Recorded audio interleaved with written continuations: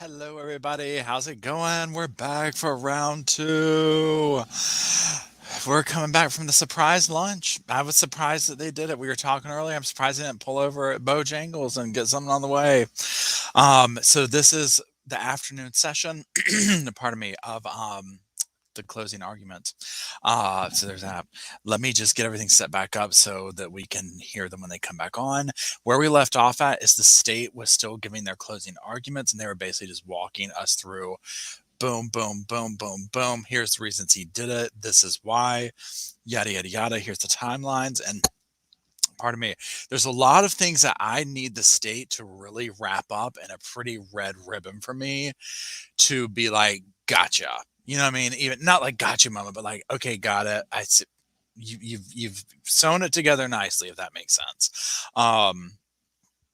Because I pretty much feel like there's just some blurriness to it because there's so much information and there's so much other stuff besides the exact crimes that have been introduced into this, the financial crimes, all this kind of stuff. So there's that.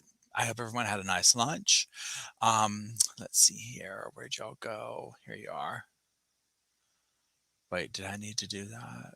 I can just get back over here, right? Yeah.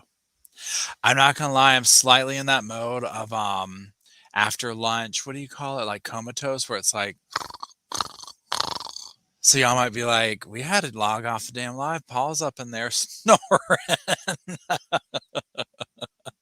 Roscoe's looking at me like, is this nap time? Well, yeah, we got Gigi up here. So let's see what Gigi's saying. Hold on.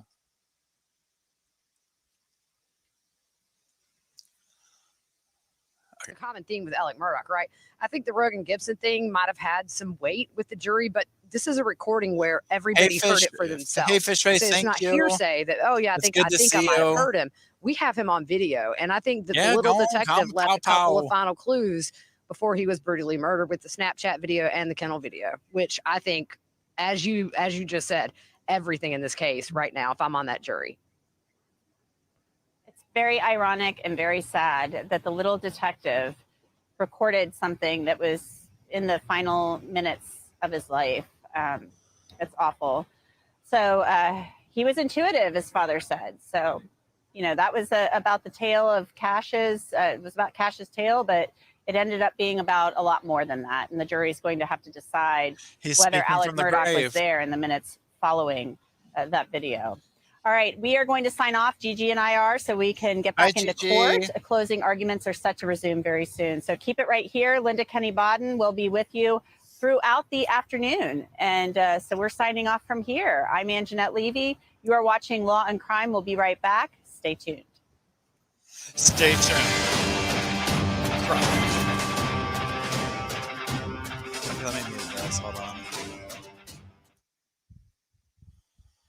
Where did it go? Right there. Okay, here we are. Stay tuned for Law and Crime coming back. Okay.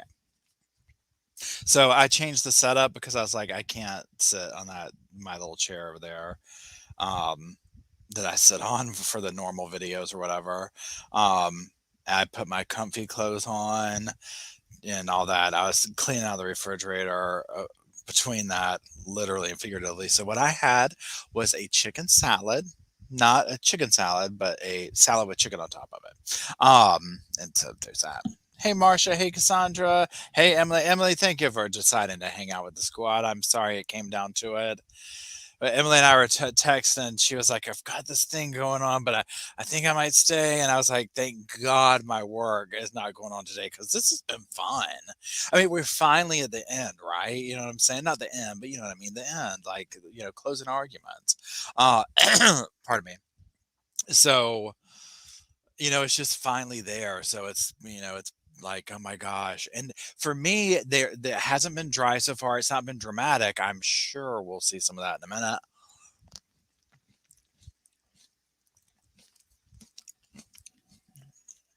Pardon me. But again, like I was saying a minute ago, I really need the state to just put this together in a nice, pretty bow to be like, this is our story that we are selling you. What do you think? And so far, the way that they are piecing it together with the desperation of here is the timeline of his desperation and financial crimes. Because, I mean, just the way they put that together, I'm like, okay, yeah, now let's get to the timeline of the evening, because there's so much that's been thrown at the wall, right? And so I need it they need to apply KISS to me. Keep it simple, stupid for me right now. A, B, and C happen, and therefore D, E, and F. And then be done with it. Don't make it any more tricky than it already is, because we've had 6 weeks of that, right? So there's that.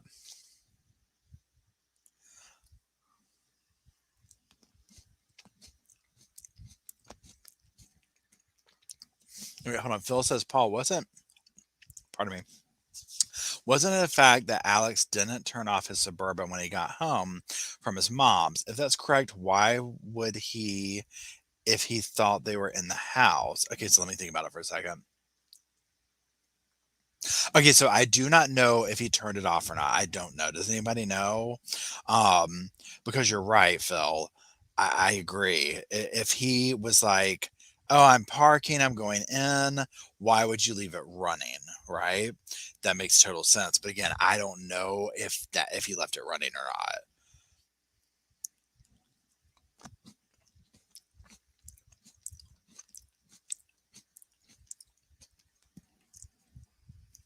Because remember, he goes in the house for a minute. But here's the thing. And so this is the whole thing of when they're talking about, Alec putting together these stories and all this, he really laid this out. If he ended up, as the one who did this single-handedly, I have no doubt, especially after listening to the Netflix doc of people that really knew him, his inner circle and stuff.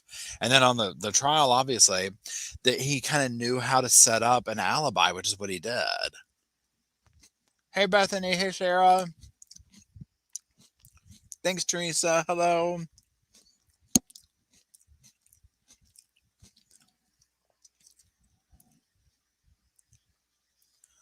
Hey, Pokey. Hey, Stu's. Hey, Norma. Jessica. And Jessica. Now, what we're doing is we're waiting for it to come back on. We're just kind of talking amongst ourselves. And we'll put the volume back on or whatever when it comes back on.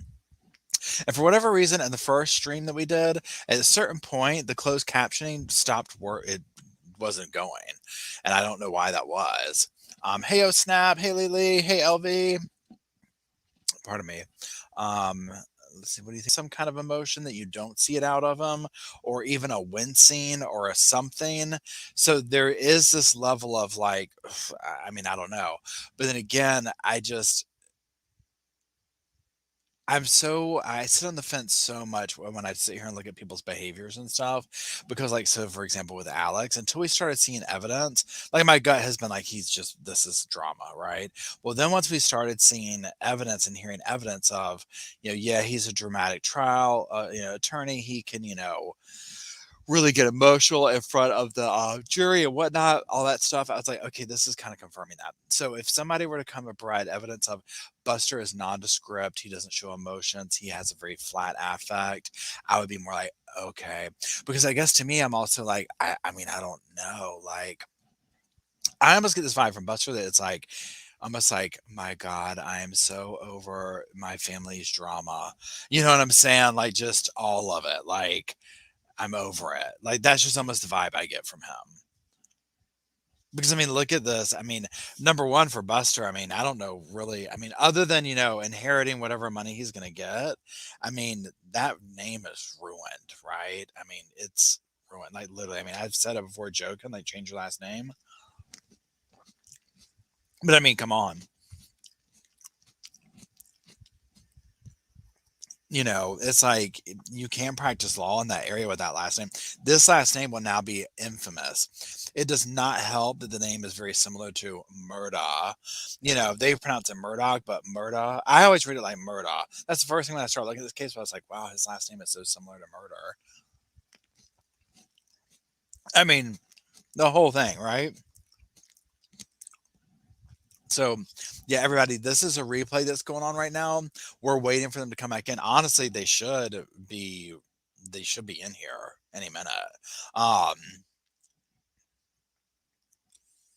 they said 2:15, but I imagine they got to, wrangle back in him and Hall.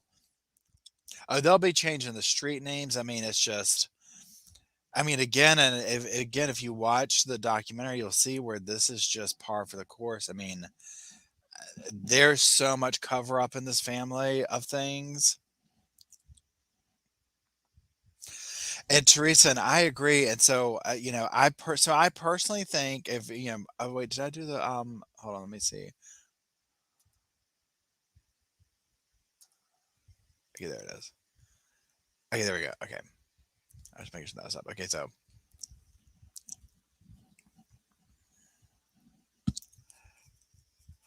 I want to see how the state rounds it all up because I do think that Alec is guilty. Pardon me. Pardon me. Um, I've gone back and forth in the past of what's made me have reasonable doubt, aside from my gut feeling, but trying to look at it from the law part of it, is the whole thing of was there someone else involved? Did he hire someone? Did he do this? But then after, and again, I'm going based on information that the jury is not privy to or shouldn't be, such as what I've seen here, but also like the Netflix doc and things like that. So, I mean, again, I want to hold the same standard that I'm using right now, like on the jury. You know what I'm saying? Pardon me, but it doesn't make sense. I mean, like somebody just said a minute ago, the time of it. I mean, so who did it? I mean, he was there moments before. I need to hear the defense come up and refute that evidence with something solid. No, we did this and this is not correct. 30 minutes later is when this happened, even though he did lie and he was up there at the kennels, right? And him lying, it's not a cute look, right? Not a cute look.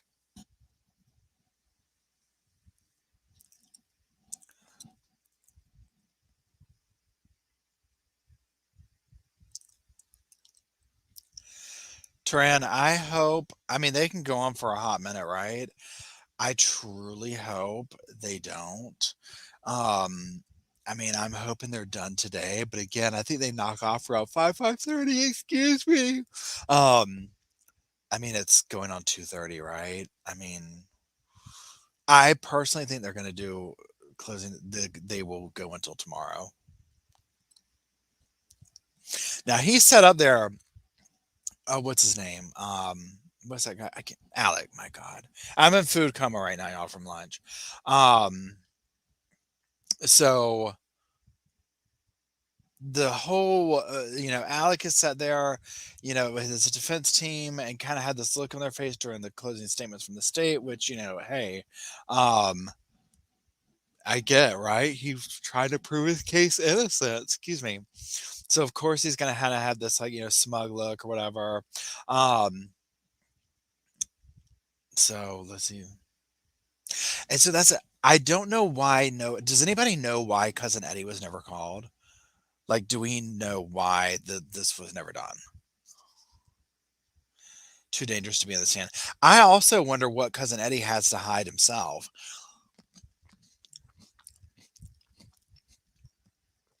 The kind of stuff that we're seeing,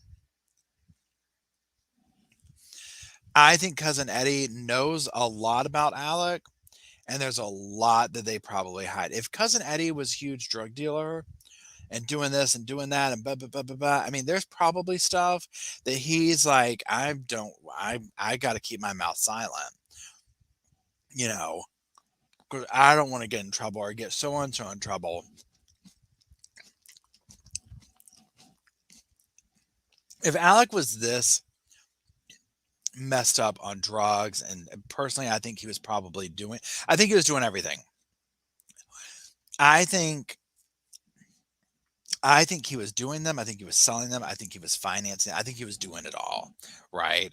And probably Eddie was this guy because, again, just a little bit of evidence from the Netflix, the way they laid it out about the checks he was cutting Eddie before and after the event. I mean, it's insane amounts of money. So whatever that was doing, I mean, and I don't know, because I'm like, what would be the purpose of, I guess to me, I'm like, what was his end game?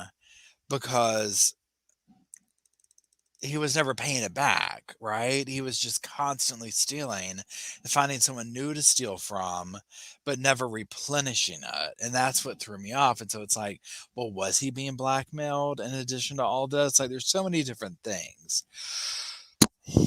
Oh my God, excuse me. So that I just have questions about that, so I mean, with Eddie, that's kind of why I don't think he would be on the stand. I think there's way more to his story. I don't think he went along with, I believe Eddie in the realm of him saying, I didn't, Alex, this story that Alex is saying that I was going to take his life is not true. I believe him. I don't believe that story. It doesn't make sense. It makes no sense.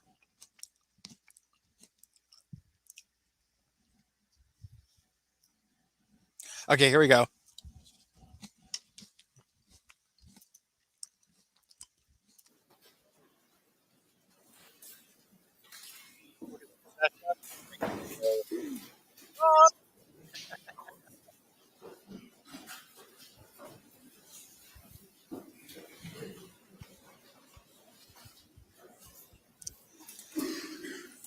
There's the coffer.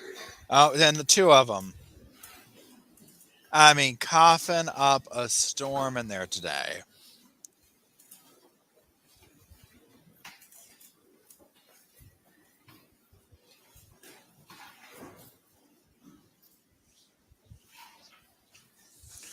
Welcome back, everybody, to round 2. Excuse me. Now, y'all, if I fall out up in here, it is what it is. I'm not planning on it. I'm joking, but God knows. All right, cougher's going to cough. I think that there's... I can see hung jury. May please court, Your Honor. Or guilty. All right. Hope everybody had a good lunch. Motive, means, opportunity, guilty acts. That's the basic way to determine identity. So let's talk a little bit now about means, the tools to commit the crime.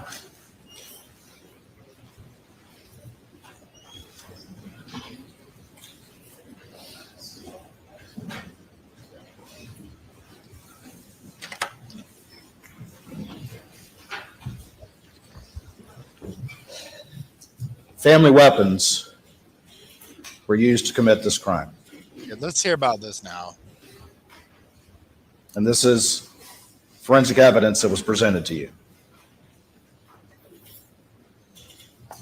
First of all, we'll talk about the blackout. And you've heard testimony that there were 2 blackouts purchased in December of 16.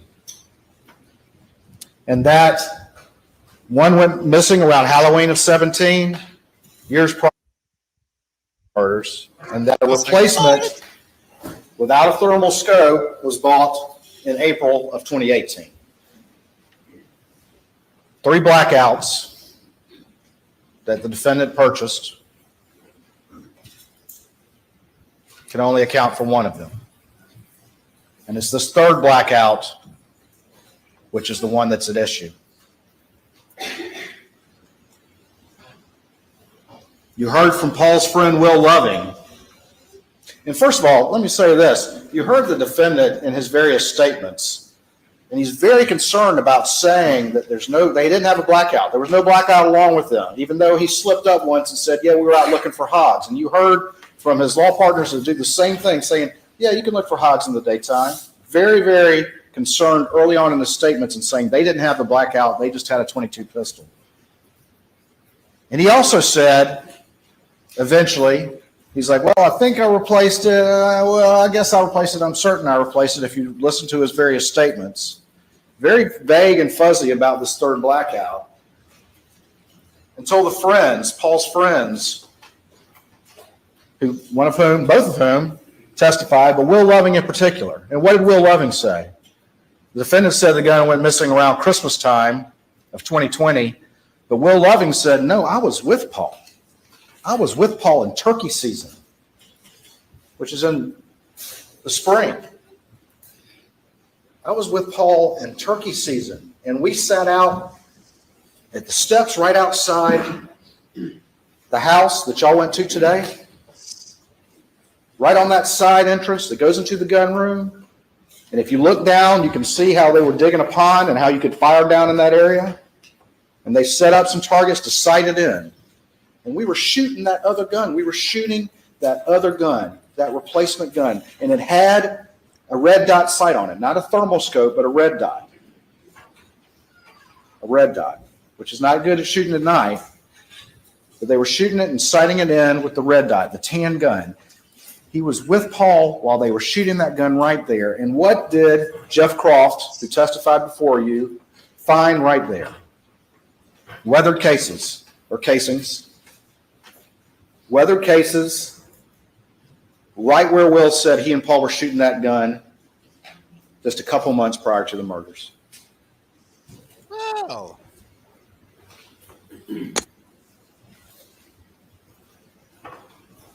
S&B 147 grain blackout rounds. And those rounds and empty boxes, and the pictures are in evidence, and the rounds are in evidence, were found all over that property. S&B 147 grain blackout. There were full clips found, there were empty boxes found, and there were also cases found, S&B 147 grain blackout rounds found across the street at their shooting house. Two separate locations on the property. But what's really important, again, goes back to what Will said. I was with Paul when we shot that replacement gun right there. Right there. And you heard forensic scientist Paul Greer testify that the 6 cases, items 2 through 7, the 6 cases found around Maggie that killed her, 6 casings. were Thanks, Jesse. loaded into, extracted, and ejected through the same firearm that fired those weathered cases right outside the door where y'all went to today and at the shooting range across the street. A family blackout killed Maggie. It was present just a couple months prior to the murders, and it's gone now. It's gone now.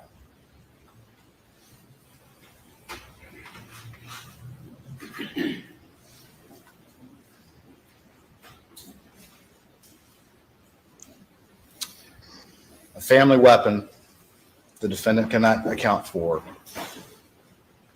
killed Maggie. Not a cute look. But what about the shotgun? The 12-gauge shotgun that was loaded with one Federal double-aught buck and one dry lock number 2 steel shot. Well, first of all, you heard that the 2 weapons that Paul often favored and often carried were this shotgun right here and the blackout.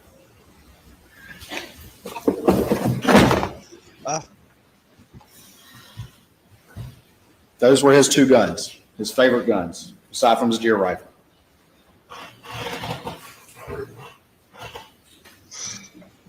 The defendant had that gun with him when Daniel Green, the first deputy on the scene, showed up. And shotguns, as you heard, are a little bit different than rifles. And the conclusion there was that the 2 fired shells that were inside the feed room that killed Paul had class characteristics similar with that Benelli, Super Black Eagle 3, but insufficient individual identifying marks to either match or exclude it. that shotgun right there. But what else did you hear about the shotguns? Paul had the Spinelli Super Black Eagle 3. That was his gun. Camo print, camo strap. Nolan Tootin, Nathan Tootin, Will Loving, Rogan, all identified that as Paul's gun. It's the one that Alec had. It's got Maggie's DNA and blood on the receiver. You heard from the DNA expert. And it was loaded with 12 gauge and a 16 gauge misloaded round. What else did you hear? You also heard about the Super Black Eagle 2.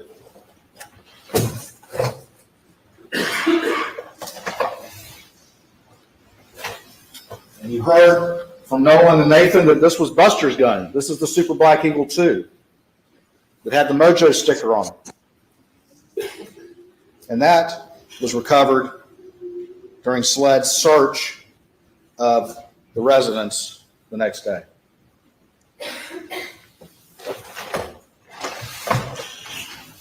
What else did you hear?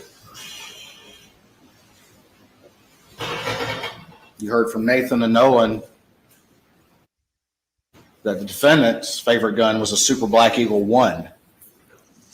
Remember Nathan going through each one of these guns and how knowledgeable he was as to the differences between them?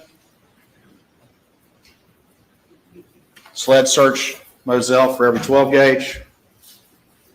No Super Black Eagle 1. Family weapons. Family weapons killed these victims. And on top of that, just like the S&B 147, well, not as much, but they're in evidence, Federal double-aught buck and the Winchester dry-lock steel 2-shot rounds were recovered at various locations on the property.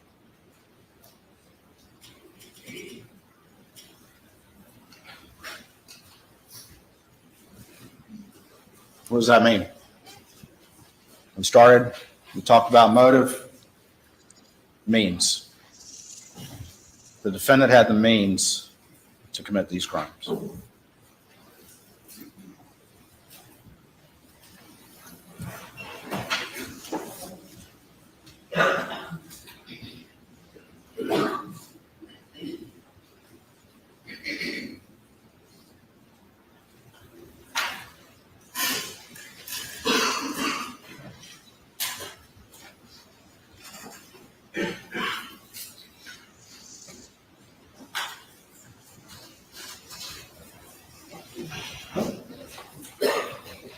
At the beginning of the case, I talked to you about some of the evidence that you would hear, and I held up my cell phone. No, Lord. And there's been a lot of that evidence, but the last witness you heard in the state's case in chief I want to bring him up. Was Peter Rudolphy, and he went through that timeline. And what does it show? We're going motive means opportunity. Opportunity to commit the crime. And what does this timeline show? These are all the information, the various sources of information that were in this timeline. And let's look at what it shows. First thing right here is that the defendant arrived at Moselle at 6:42. Now, I'll say one thing. You've heard a lot of testimony about what he said about times. What time he got home, what time he went to the office, how long he was at Alameda. Certainly, people can have some variability in assessing that. But he almost never was right. Almost never was right. 6:42, he arrives at Moselle. Paul, according to his extraction, gets there about 7:04. And about 7:03, we see the defendant steps registering on his phone. And then, over the next 30 minutes or so, we see a symmetry, general symmetry between the steps between Paul's phone and Alex's phone, as he described, walking the property. At 7:39, we have creation of the Snapchat video that had the clothes on it.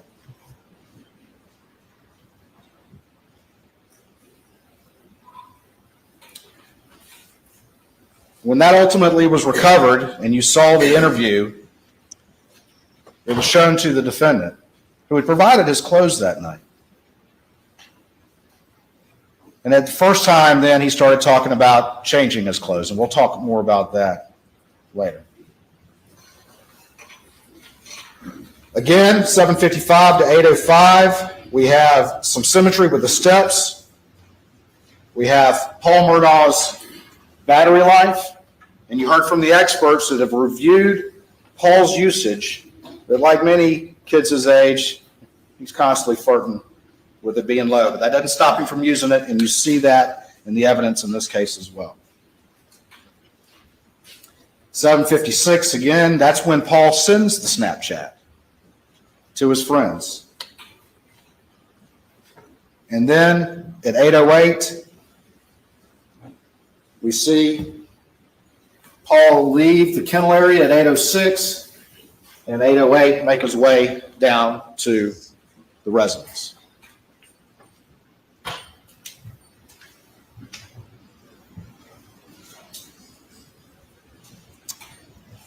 8:05 to 8:09. Around that time that Paul is getting there at 8:08, that's the last step activity on Alex's phone. And it's the last step activity until 9:02, which we'll talk about in a minute. Alex's phone pretty much goes with no activity for that time period.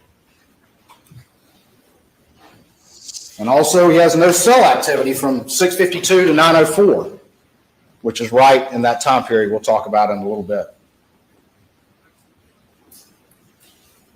So, eating dinner. You heard the defendant talk about eating dinner. Paul is at that residence, if you look right here, from 8:14 down to 8:35. And again, that timeline exhibit, there's a big one and then there's a condensed one. And all of this is in there in evidence for y'all to look at. He's at that residence from 8:14 to 8:35.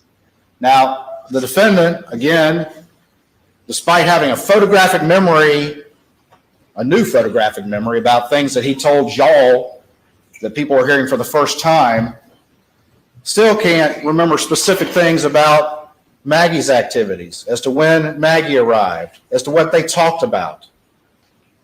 He can remember dropping his phone down in the console, but he can't remember things like that. He wants to remember things that help him try to explain to you why he never told the truth about maybe the most important thing he could tell law enforcement. But he can remember very specific details. He still gets this wrong. But she arrives at 8:17 in Moselle. They're already there. And how do we know that? Because her cell phone disconnects from her Mercedes at 8:17, and that's when she starts showing steps. And Paul, what's he doing? He's still using his phone like always. We see the battery life, but he's still sending snaps. He's receiving snaps, bless you. I mean, coughing, sneezing. He's sending to his friends, all these friends right here. He's receiving these snaps all during that time from 8:17 to 8:30, continuing to communicate with his friends, using his phone like always. And then what happens? About 8:30, Maggie's phone registers some steps. And consistent with that, consistent with her and Paul going down to the kennels, riding down to the kennels, we see Paul's Murdaugh's phone start showing steps. And then down here at 8:38, he's in that kennel area where those dots are. And if you look at that particular slide from 8:38 to 8:44, that's going to be the last GPS reading on Paul's phone, 8:44. You heard from Rogan. And you've heard from Rogan as it references this timeline. And Rogan tells you and told you from that witness stand that he was having a conversation with Paul about cash and the dog's tail. They were having an active conversation about that. Paul calls Rogan at 8:40 and they're talking about it. And Rogan says, send me a FaceTime, but if it doesn't work, send me a video. At 8:44, 4 minutes and 14 seconds, we have right here the FaceTime, but it only lasts 11 seconds. And then at 8:44:55, that's when the kennel video was recorded that lasts 50 seconds. At the beginning of this investigation, as you'll recall the testimony, they didn't have Paul's password and couldn't get in. And you heard in the defendant's August 11th statement that when he was asked about Rogan saying he may have heard Alec on the phone during this time, he said, well, I'd be surprised if that were the case. Because law enforcement didn't have this kennel video. They didn't have this kennel video until April of 2022, when Paul's phone was finally unlocked.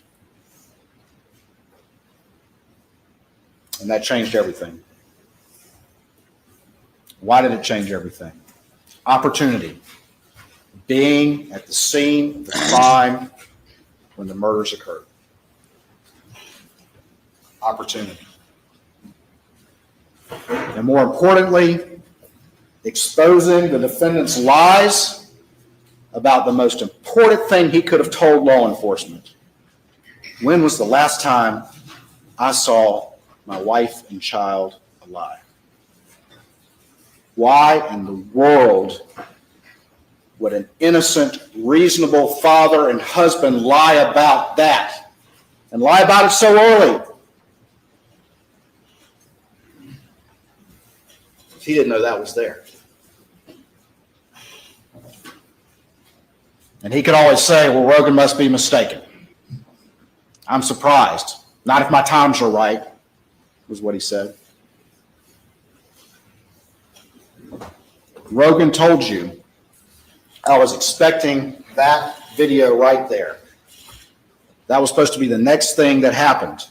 Send me the video because we were worried about Cash the dog's tail. He talked about how his girlfriend was going to call a veterinarian, or she had some association with one. It was an active conversation going on right then and right there. And what's going on still? Paul's still also texting his friends. You might recall that in an opening statement, the defense counsel said, oh, he was texting after that video for 10 minutes. It's not for 10 minutes. It's for barely a minute.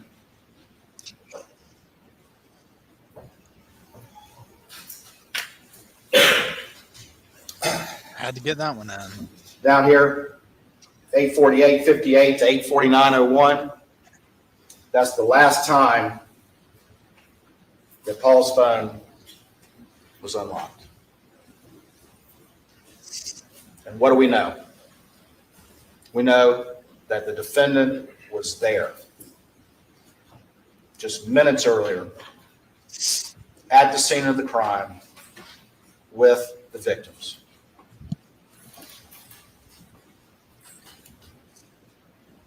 At 8:49:01, Paul's phone locks.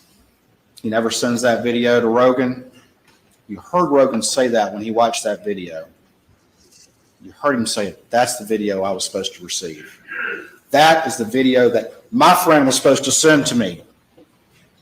And he never did.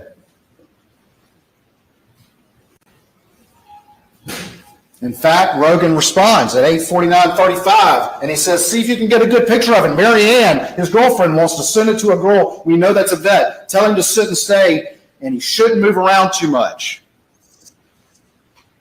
Even though this is an active conversation with Paul, who you heard from multiple friends, was one to respond and use his cell phone. Paul never reads it. I mean, Alex is Paul just never reads it. smirking. What happens at 8:49:31? We're 8:49:01 for Paul. 8:49:31. Maggie reads Lynn's response to the group thread about Mr. Randolph, and then her phone locks forever. It is never unlocked again until it's recovered the next day.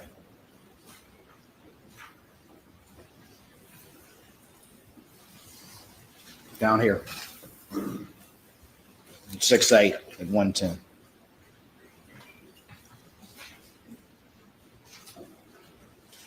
$8.49 for both of them.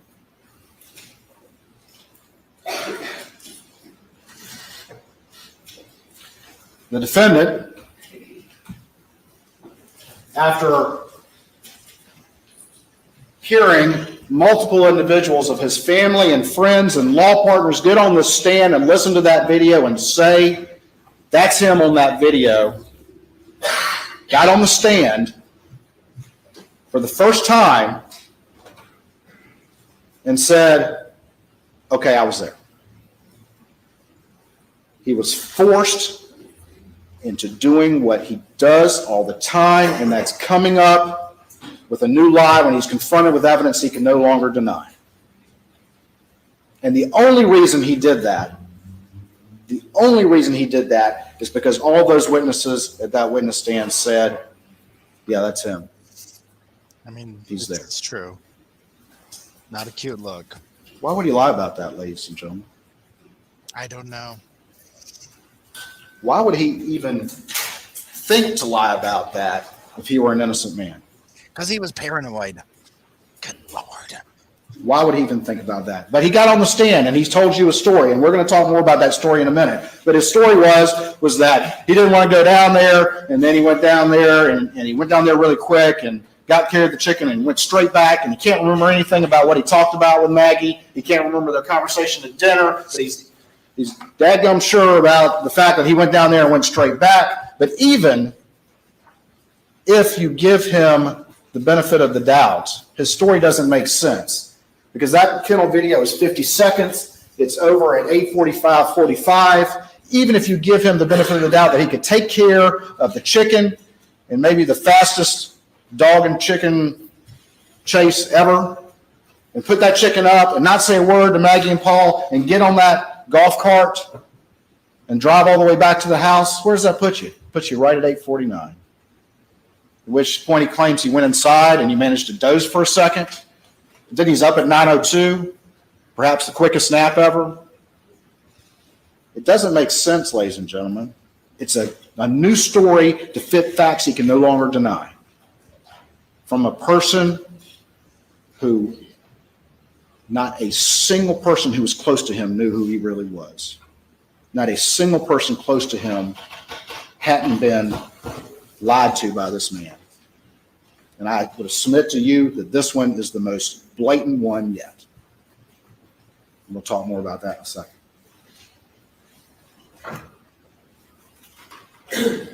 What happened at 8:49?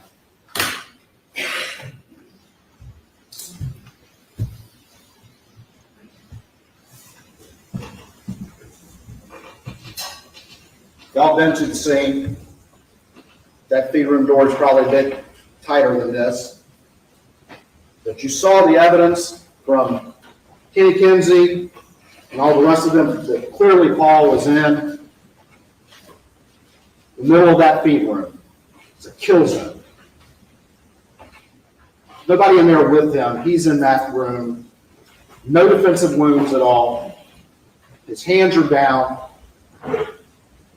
And he takes that shot, buckshot to the chest. And any person who did that would probably think that took care of business, because this buckshot, but for some reason he was canted this way and it went through. It was 1,000,001 shot. That it didn't kill him. Alec thought it did. Alec, the lawyer, Alec, the prosecutor, Alec who's thinking through that we'll see he's manufacturing an alibi, and he's also manufacturing the fact that there's 2 guns used. But we know, unlike the expert they called from Connecticut, where they can't even get ARs, he doesn't know about people riding around on property. He doesn't know about Paul and the 2 guns he likes to use. He doesn't know about this family and how common those guns are together. Says, well, his only conclusion is, oh, it would be practical for somebody just to fire out the clip. And what happens with Maggie right here? We see activity on Maggie's phone. You heard about sandal prints. You heard from Kenny Kinsey about the mark on her leg from the Polaris over there by the overhang next to the feed room. You've seen the diagrams and the crime scene photos that all those cases are in that area between the doorway to the feed room and where Maggie was found. You heard that Maggie had no defensive wounds. You also heard Paul and Sibling from that first shot, a close range shot, with no indication that he detected a threat from the person who fired that weapon. And why? Because it was him. And then there's the shot in the back of the head.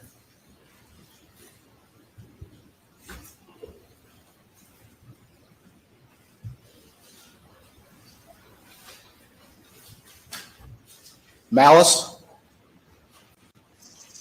Is that malice, ladies and gentlemen? Is that malice to do that?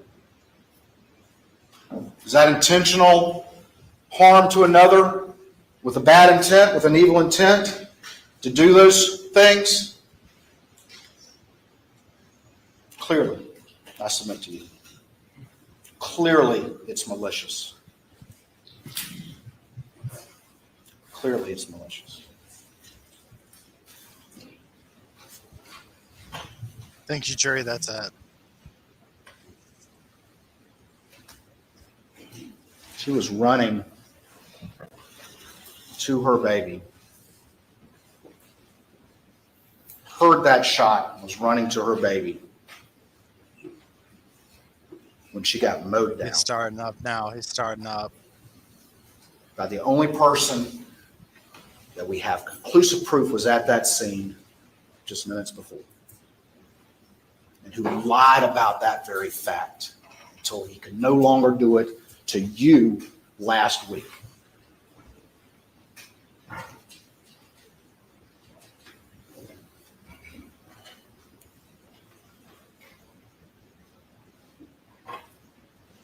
Alec told you he went down there in the golf cart. We'll talk about this a little bit, but they had their expert come up here with the 5'2" people and all the rest of it. Be sitting in a golf cart. But he comes up in the golf cart. But what we don't see, as I said before, is any activity on his phone until 9:02. But the crime occurred around 8:49 to 8:53. Down there at the feed room, State's Exhibit 516. It's just a diagram. Remember that Roger Dale Davis did about the kennels and the hose there and how it wasn't put up the way he would put it up? If you're going to wash off real quick, what better place to do it? The water, the pictures of the water in States 199 and 190. It wouldn't take long to strip down and wash yourself off. Get in that cart and head back to the house. And then at 9:02, the defendant over there, Excuse who me. wouldn't even admit until forced to that he was even at the scene, all of a sudden, he is as busy as he has ever been. 9:02 to 9:06, 283 steps. 9:03, we see the system start up on the car, and that could mean that he's close by the car. Has he returned with Maggie's phone and placed it in that car? And then what do we see from 9:02 to 9:06?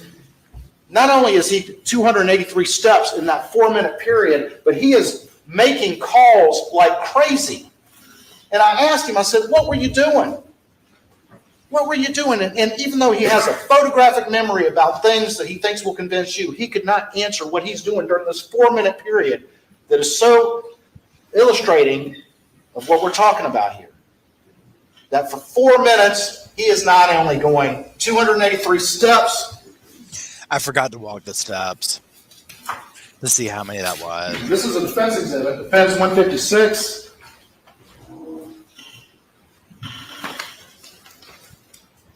"283 steps, and they put in the distance. We heard the distance isn't as accurate, but it illustrates the point. That's 208 meters. Meter, roughly is a yard, a little bit more, a little bit less. I don't remember. But let's say it's 600 feet. It's a lot. And he couldn't remember what he was doing. I asked him, you been on a treadmill? Were you doing jumping jacks? What were you doing at the same time you're calling all these phones? Why is he calling multiple times? We can see right here. He calls Maggie. He calls Randolph. He calls Maggie again. All of that 4-minute period where he's moving around. But he couldn't remember what he was doing. Just getting ready. Is the prosecutor, the lawyer, manufacturing his alibi? Because he knows he's got to get to Alameda quick. He's got to compress those timelines, and that's exactly why he knew to lie about being at the kennels to start with.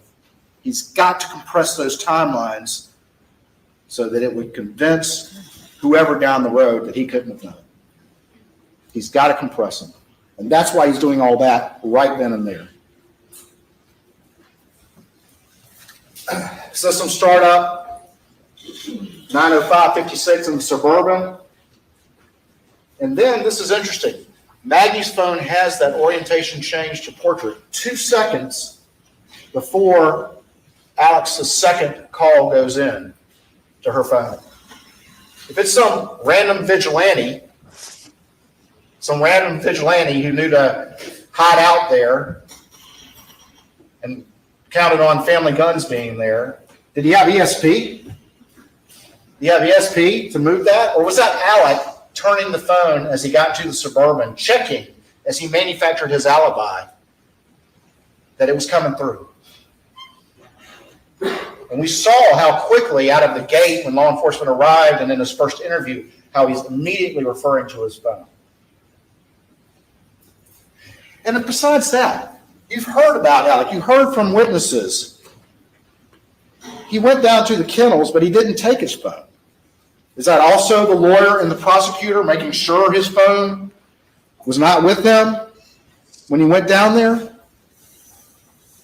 You heard testimony it would be unusual for him not to take that phone down to the kennels.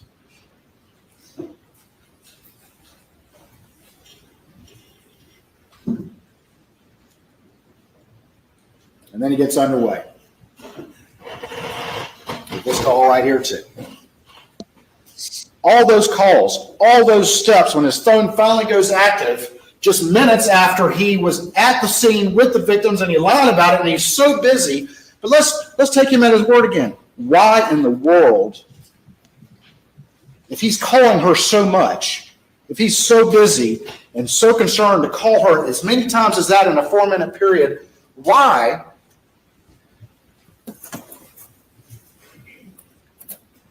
would he not just drive by the kennels? Why would he not just drive down there? Just say, hey Max, I'm going to Alameda.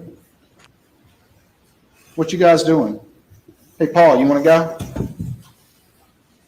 Why is he so busy and making so many calls but doesn't drive the less than a minute down there to see what they're up to? Why would he not do that? And you've heard testimony from Marion. You even heard it from the defendant's own mouth about whether or not Maggie was going to go with him to Alameda, that Alec had actually asked her to come home that night, which he denies, and said in his statement that he found out later that that was the case. But you saw the text from Blanca, and you heard from Marion that Alec wanted Maggie to come home that night. Make sure of it. Oh, excuse me. Malice? With all of that, why would he not just turn and drive down there? He was just there in the golf cart. Why would he not drive down there? Why is he so anxious to have missed calls with her and he was just there and not drive down there?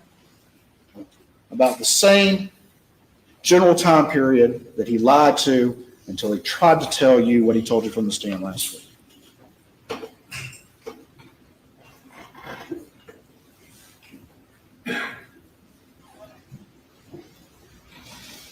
Right here,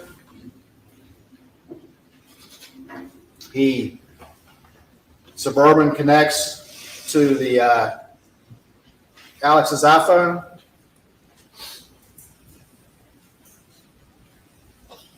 He calls Maggie at 9:06:52, and he's getting in the Suburban right at that time. Maggie's backlight goes off from 9:07 to 9:31, and you've heard the testimony from the various experts about the backlight. And then he leaves Moselle Road at 9:07:06. All of this is fitting together. He's on the move at 9:08:36. He's right here doing 42 miles an hour, and there's Maggie's phone location. And then 9:08:42, he's just past it. And at 9:08:58, just 20 seconds after he's almost at that location, he texts Maggie's phone and says, going to check on him, be right back. That text was unread. Now, there's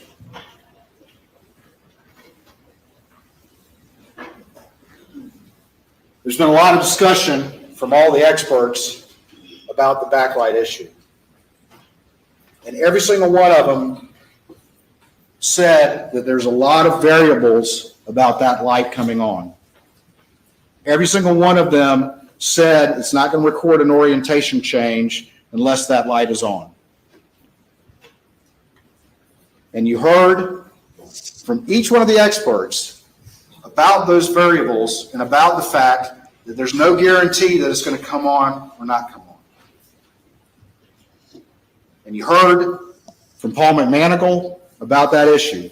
And they cross-examined him about that and all the rest of it, but it's just a common sense determination about how iPhones work, about how they work. That raised awake feature is set for actual somebody lifting it up in the normal course. It is not set to respond necessarily to violent motion like flipping it. And every single expert testified to that. Every single one of them did.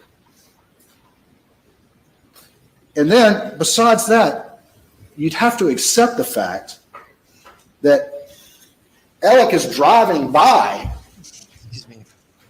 just moments prior to that time. All of these circumstances would have to go the other way of the reasonable inferences in this case. Paul McManigal got up there and testified as to these issues and as to the fact that there's no guarantee, in fact, more likely than not, that if the phone is violently prone or flipped or frisbeed or whatever, it's not going to light up. And that's consistent with what every other expert said.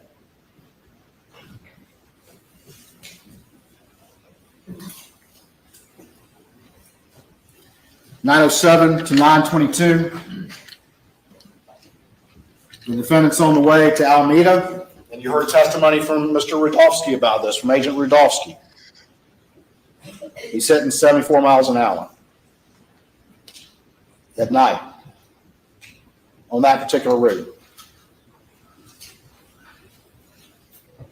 What's he in a hurry about? That's faster than he drove to work. I want to be. Why is he in a hurry? Because he knows he has to compress that timeline. And then along the way, he's manufacturing the alibi by making these short calls. 60 seconds. He calls Chris Wilson. He calls John Marvin. Chris Wilson calls him back. He's on the phone the entire way. Does he say to any of them, hey, I can't get Maggie on the phone?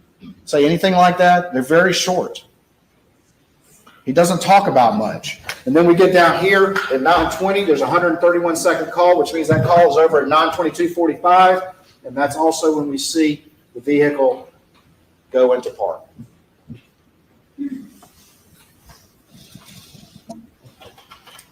That's when we have the arrival at Alameda as well. Sorry, let's go.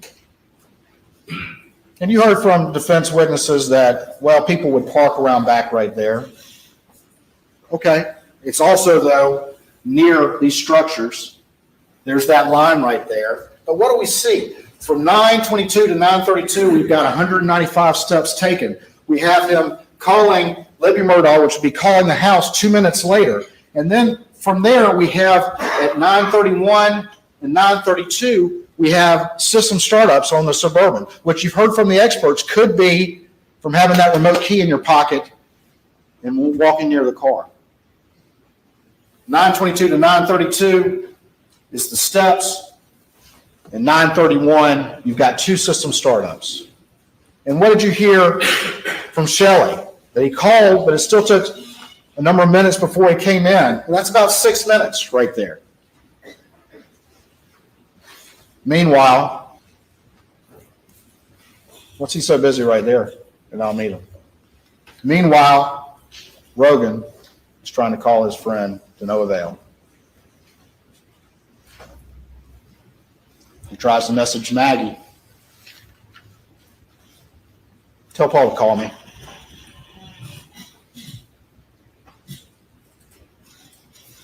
Neither one of them can respond.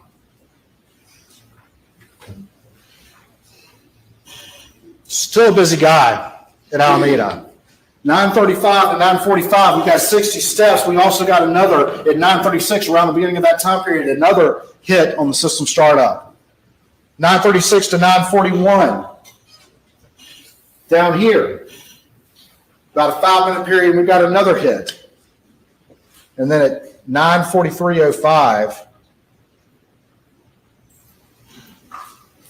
the Suburban moves out of park. He's not there very long. And he's moving around a lot, and he's sitting off that car while he's at Alameda. He told law enforcement multiple stories about his trip there. You heard Ms. Shelley Smith talk about that. You heard her talk about him trying to tell her how long he had been there. He says he was just trying to tell her the truth. But that's not how she felt. And Blanca didn't feel the same way when he tried to talk to her about what he was wearing that night. Both of these being people that's worked for that family for a long time. But he's a busy guy during all of this. Leaving Alameda, we have the pause. 9:44 and no seconds to 9:44 and 54 seconds. And that's during the time period that Alec calls that phone of Maggie's again. This is the time period where he remembered, because I asked him on cross, and he remembered very specifically about his phone falling down on the console and that whole story. Is that true, ladies and gentlemen? Or is he coming up with some details on the fly when he can't remember more important things, like what was the last conversation you had with your wife and child when you jetted down to the kennels and back? What did y'all talk about at dinner? What were you doing from 9:02 to 9:06? Those are questions he doesn't want to answer.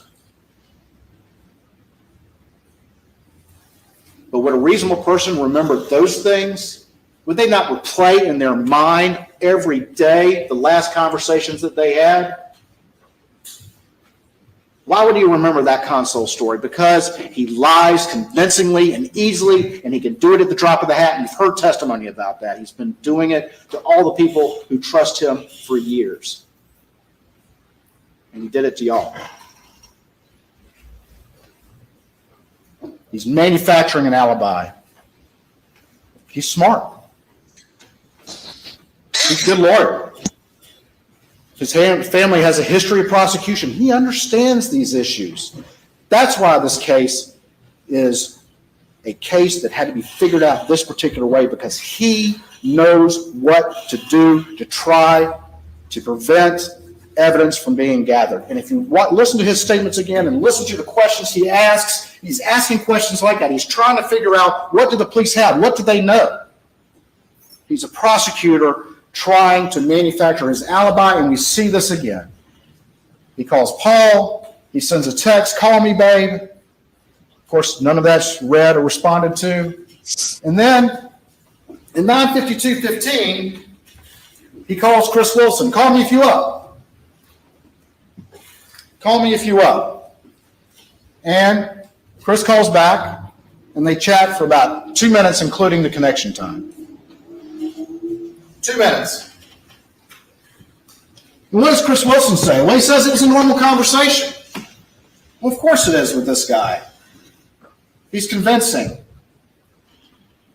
But what does Chris say? The only thing that they talked about was Chris bringing up some case. And then Alec was like, "Hey, I got to go. I'm at Alameda." Did Alex say, "Hey, I'm trying to get home. I can't get Maggie on the phone. I've called her like 6 times. Paul won't answer either"? Did Alex say, he said, "Call me if you up"? Did Chris say that Alex said, "I got to ask you a question," or "Let's talk about this"? No, Chris brought up some case, and it was mundane. It was mundane. It's manufacturing an alibi. He's calling anybody who will answer the phone for these short conversations, and it's one of the first things out of his mouth in the first interview. "Look at my phone. I called this person, I called this person, I called this person, I called this person." He's manufacturing this alibi. Also, throughout all of this relevant time period, you see from the Dillon Hightower extraction, you'll see that over and over again, all these call logs that are deleted from the extraction. They're deleted, which occurred on June 10th. What's up with that? On the way back,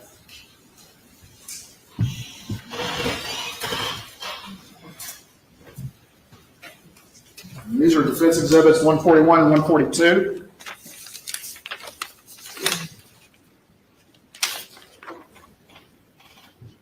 Rolling pretty heavy at 75 to get there. And I'm sure the defense will point out that 80 miles an hour was a peak. Still running pretty good there. What's he in a hurry about in the dark?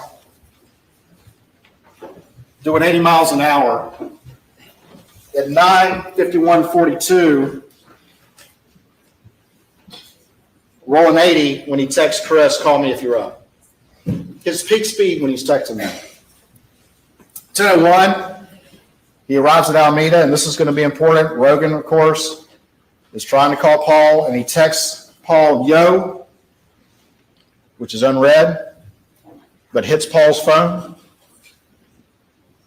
And then he gets to, says Alameda. Sorry about that. That's obviously back at Moselle.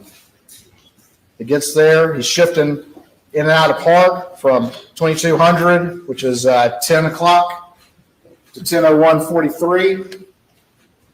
He's calling Maggie at 10:03:58. And then at 10:05:06, he leaves for the kennels. At 10:05:57, he arrives at the kennels about a minute later. Make it a minute in a Suburban. How long is it going to take in a golf cart?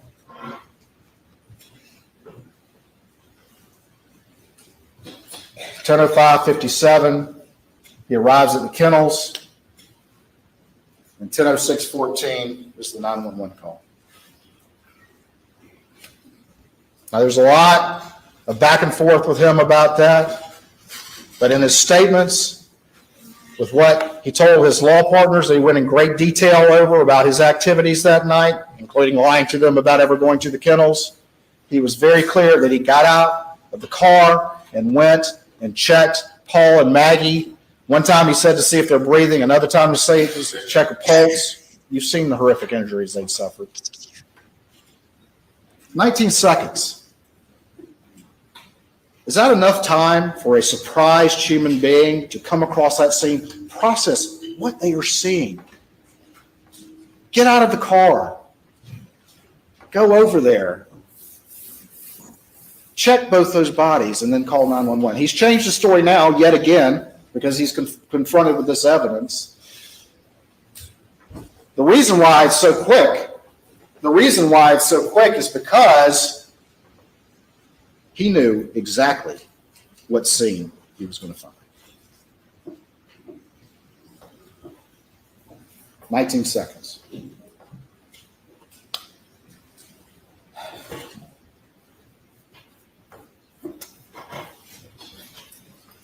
During that 911 call, and you can hear it on the 911 call, he leaves for the residence from 10:11 to 10:14, and you can see the map points on there.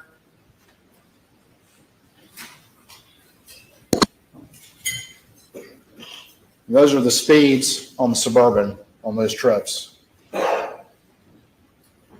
Took just under a minute doing 35 and 30 miles an hour. So think about that when you go back to his story about a casual trip down to the kennels in the golf cart, and you look at his times that he's trying to convince you of.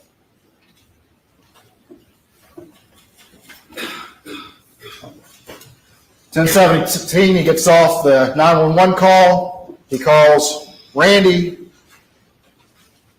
He calls Randy again. He calls John Marvin. And then we see at 10:20 and 8 seconds, Paul's phone reflect that auto lock thing that could be, as you heard from the testimony, it not recognizing a face. And this is interesting.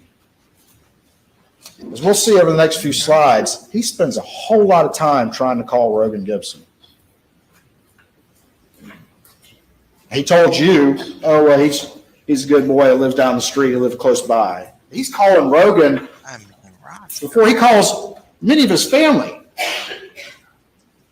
before he calls Buster. Calling Rogan multiple times. And those texts would have come in on Paul's phone. What's he so concerned about? He said he turned Paul over and his cell phone popped out.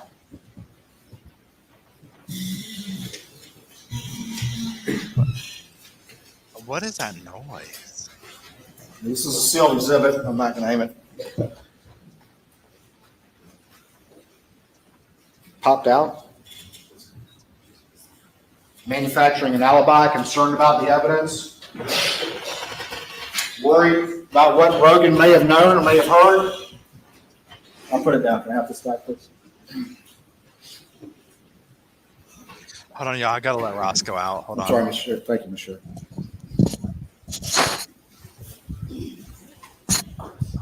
There, 10:24.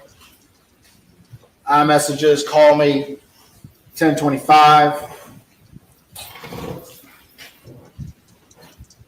10:29. 10:25, the first deputy's on the scene. 10:29, calling Randy. 10:30, Rogan again. And then finally at 10:34 is when Paul's phone powers on.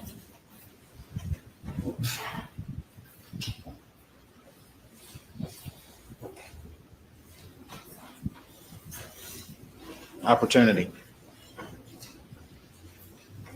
Motive, means, and opportunity.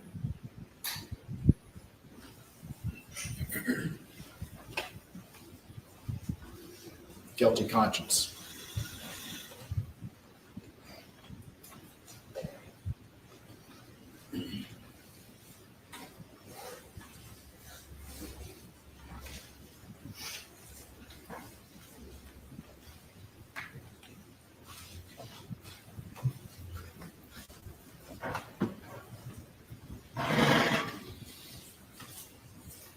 I've already kind of talked about these, so I'm not going to belabor the point, but you heard from Blanca Simpson. Blanca Simpson said he was wearing like a polo shirt when he left. Wearing this shirt in the Vinnie Vine. She recognized both of those. He, of course, turned over the T-shirt that he was wearing when law enforcement arrived. And then you heard Blanca say he later tried to convince her that he was wearing a Vinnie Vine shirt.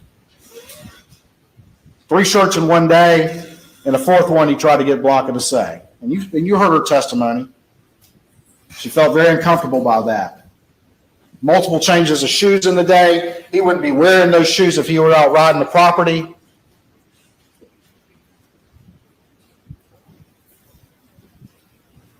I've already mentioned the text from Maggie that Alec wants me to come home, but he can't even be clear about that point because that doesn't fit with his narrative. Marion Proctor says the same thing, but he can't admit that because that doesn't fit with his narrative. She was surprised that Maggie didn't go along to Alameda. And then she said, Alec made an interesting comment, one of many, some of which came from that stand that we'll talk about in a little bit. Whoever did this thought about it for a really long time. Why would he say that? Because he told you that it was just random vigilantes from the boat case, of which there is no evidence whatsoever that you've seen in this record. Trials depend on evidence. There has to be evidence to make a decision. And his claims trying to manufacture something about the Babe case, there's been no evidence whatsoever of any specific other individual. There has to be evidence to consider, not just mere allegations that have no basis in any sort of evidence. Whoever did this thought about it for a really long time.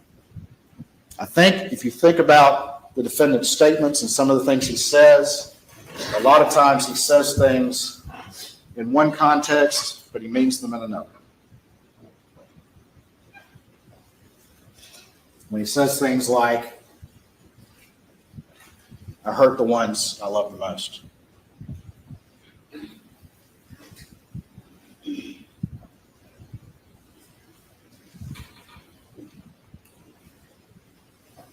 We talked about Shelley.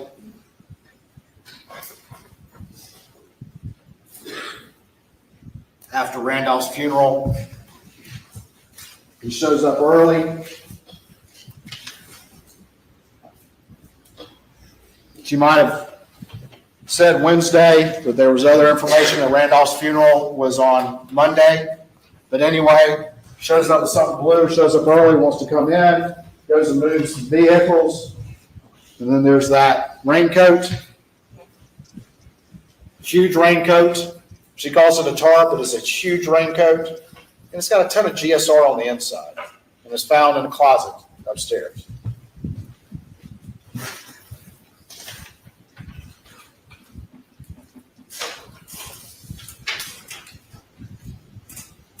States 411.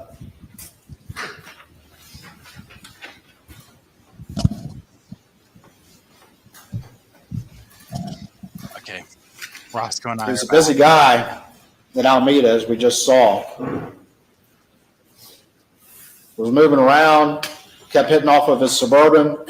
Roscoe. And then, of course, as you heard, he was with family for the next few days. After the funeral, he's back.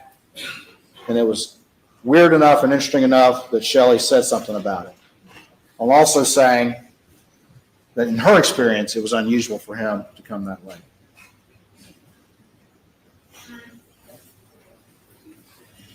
Then we have the defendant and his many statements.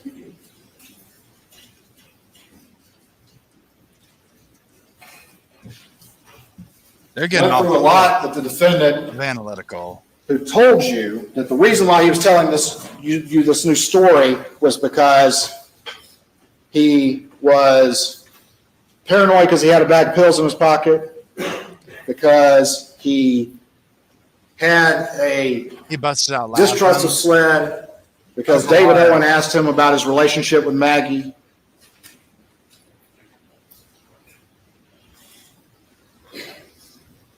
And his law partners told him that he should have an attorney present, which one is in here. One of his law partners sitting in the back.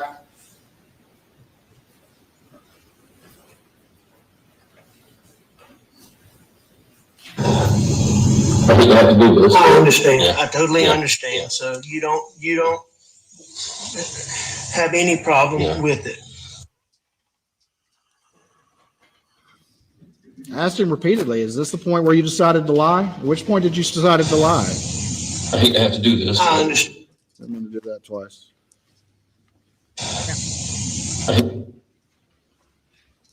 Or was it this point when he first says, I was at the house?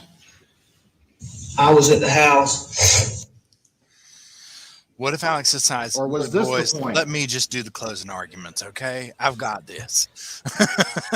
He mentioned specifically, and he kept adding factors, and one of the things was, well, Dave Owen asked me how my relationship was. This question, this is when he decided to lie?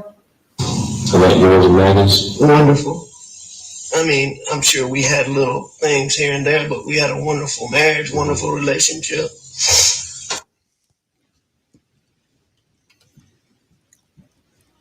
But he digs in on the point. What did you do today? Were you at the office or? No, I was home. I came home. Paul and I messed around. I was up at the house. I laid down, took a nap on the couch, probably, 25, 30 minutes. I got up. I called Maggie. Didn't get an answer. And I left to go to my mom's. She had said,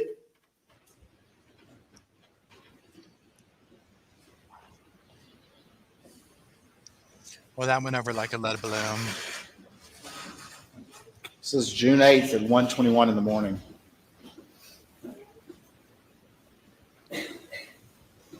And he's admitted to you that he's lying right there. Look how easily he did it. About such a crucial thing.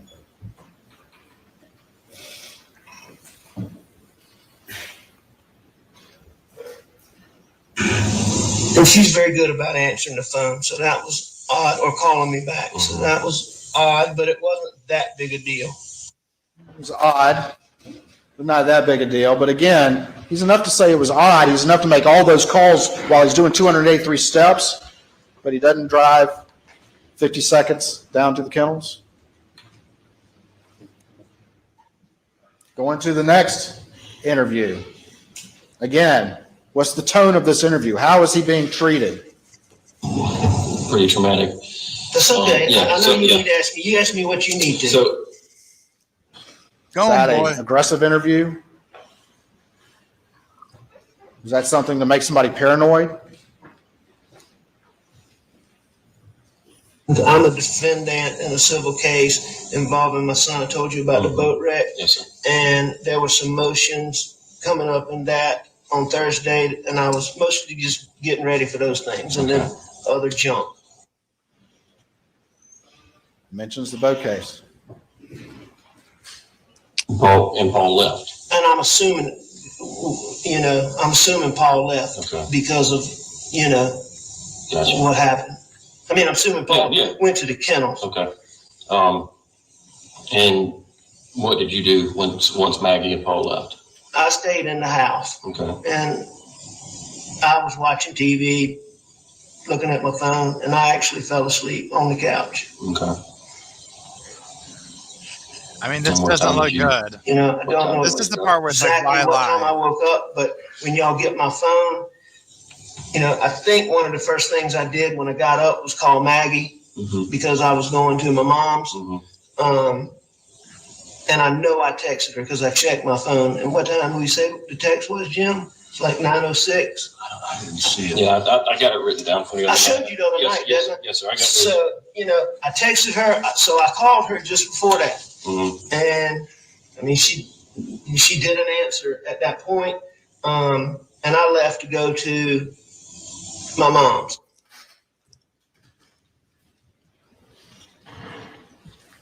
So easy for him to do. I mean, this is pretty And powerful. you said you laid down and took a little nap. And when you got up, Maggie and Paul was gone. Or did they leave when you laid down? I believe that.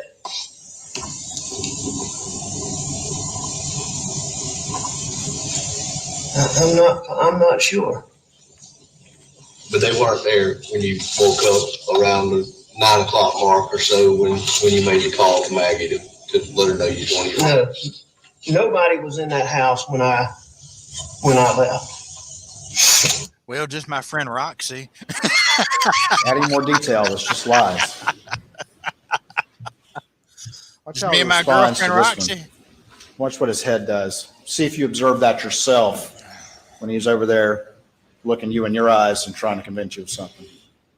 Trying to narrow that. The last time that you saw Paul and Maggie's when y'all were eating supper. Yes, sir.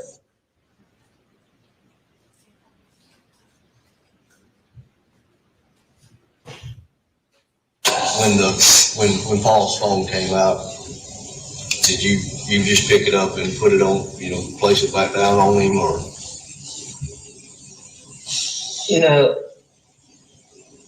Yeah, I did not try to open it or anything. I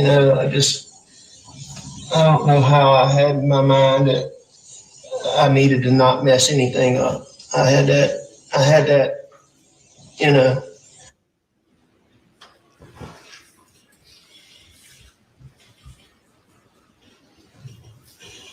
Going to the third interview on August 11th.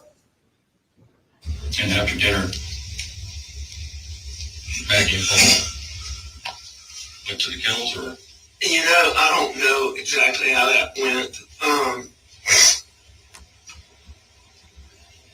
I stayed on the couch and I dozed off. Video on Paul's phone of you and him on the farm that night, and you were in khaki pants and a dress shirt. You were playing with a tree. I don't remember playing with a tree. Yeah, I guess there was a tree sapling or something that had fallen over. This is the first thing where he's like, you were trying to get it to hold on out there, stand up. But I mean, the question in that is, when I met you that night, you were in shorts and a t-shirt. Like, what no, point in that evening did you change clothes? I'm not sure. It would have been before dinner or after dinner? No, it would have been. See, this what is time of day was that? I would have thought I'd already changed. There's not a time stamp on it because there's so many posts. But I want to say it looks to be about dusk. So that would have been 7:30, 8 o'clock. I guess I changed when I got back to the house. He had some very specific recollections for y'all when he testified with his new story that had never been heard until last week.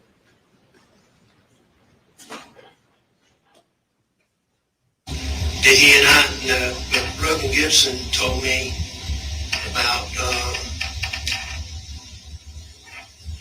the dog's tail and somebody saying his leg was broken. Well, right there, he was down at the kennels, shaking his head forward. You were just down there with Paul. You left and went back to the house for dinner. Paul and I were just knocking around up at the shop, the shed, the kennels, and just the whole property. And that was before dinner yesterday. And you didn't go back down there after dinner until your return trip from visiting your mother? Yes, sir.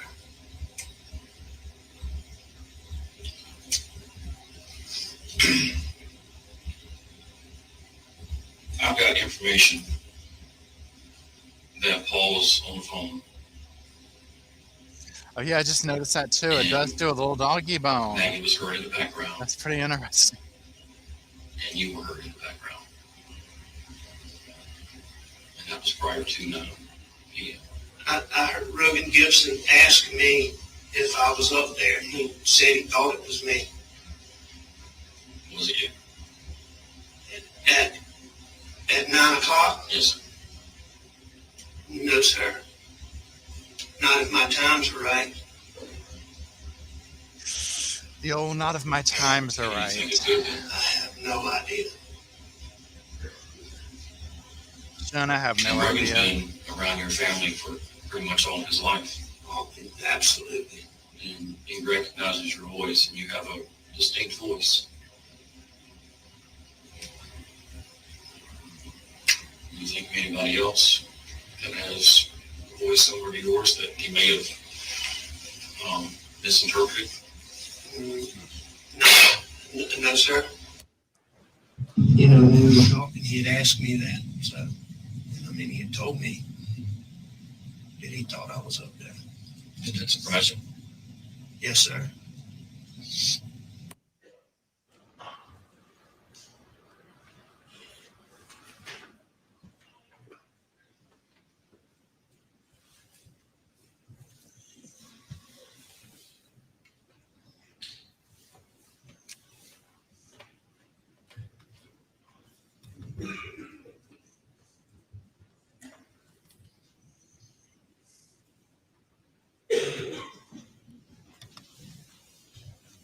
Come back to that.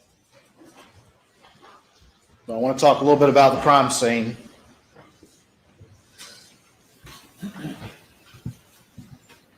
What it indicates. I want to advise everyone there will likely be sealed exhibits. I don't need the ammo quite yet. Thank you, Mr. Double Channel Share. You guys went out to the scene today. And you saw how it looks now. Take a good look at those trees and where they were back in the day of the incident. I'll put this up on the Elmo in a second.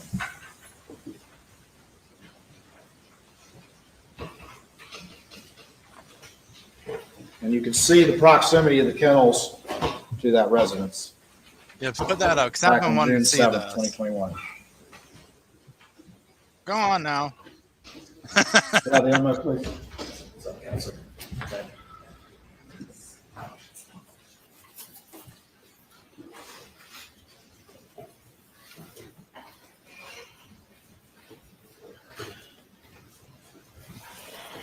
Yeah, I agree, Truth. It's like some of this, I mean, like we haven't even gotten into the rebuttal. But this is on par for this whole thing, right?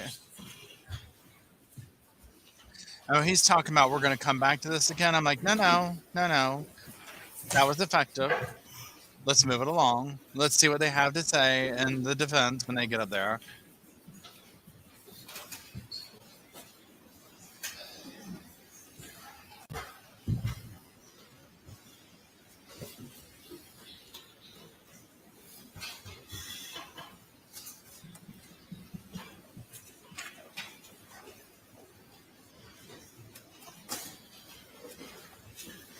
You have the PowerPoint back, please. Alex said, look. There's not any images of the PowerPoint that I understood, but I do have these right here. All right, Dr. Reamer. You've heard from Dr. Reamer, you heard from Kenny Kinsey, and you heard from the defense experts. Hey, Lena. So, do you have the computer back?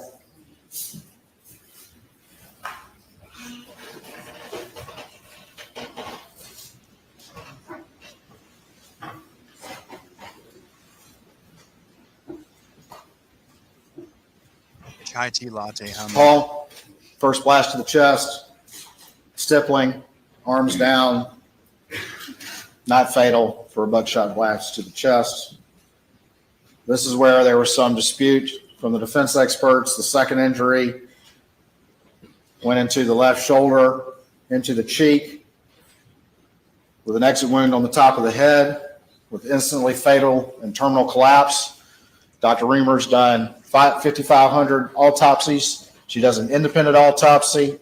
She actually physically examined the victim And she was very clear that it could not have happened from the top without destroying Paul's face.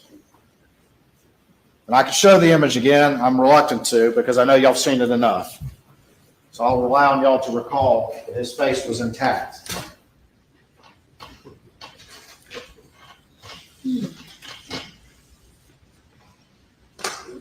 I'll rely on y'all to recall, and this is sealed, all the evidence up top here at the top of the door. I will rely on y'all to recall Kenny Kinsey's testimony that buckshot don't reverse course, that kinetics energy is going in one direction. I'll rely on y'all to recall all the biological matter that you see at the top of this door.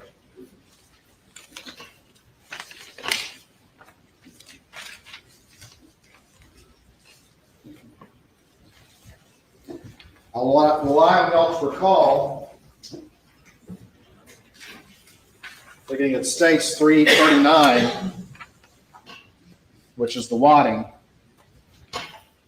from the shot to kill Paul. Because if you recall, the wadding from the chest shot was found still in his chest right here.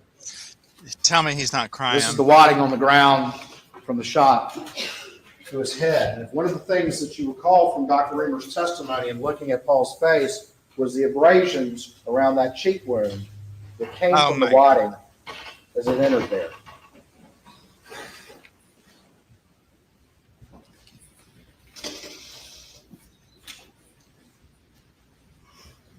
You heard from Dr. Reamer that the reason for the shape on the shoulder was because it went along the shoulder and opened up that area there, but still was focused and then expanding as it entered in here. But she also testified that if it was here, that force would not have left his face intact.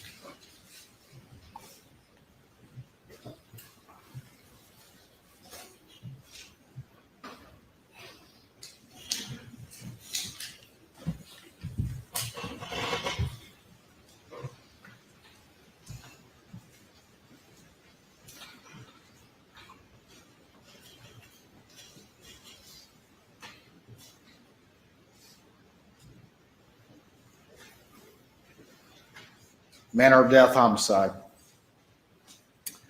Then you heard from Dr. Kenny Kinsey. What we described earlier, Paul was first shot in the feed room, largely agrees with her. Arms were not up. He believes the shot was a little closer and the lack of stippling could be chalked up to the black t-shirt, but also agrees, as she does, no defensive wounds. Looking at the blood spatter locations there, and he testified in great detail and testified yesterday, there was no high-velocity blood spatter on the ground at the entrance to the feed room, which would be necessary for the shot to have occurred in the manner in which the defense suggested. The spatter travels upward in an upward direction, and you can see that on the door. He spoke of the void area, and then he spoke of the blood on the ground that was around where Paul drops, and that it's low-speed spatter. He talked about the dents in the feed room door, the pellet lodged in the door frame upward. It's only possible if it's traveling through Paul's head. Not possible if it's from a ricochet, as the defense suggested.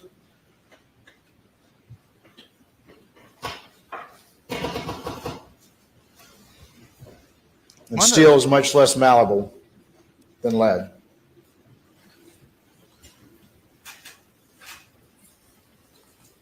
And he breaks out into instant tears. What else did he say?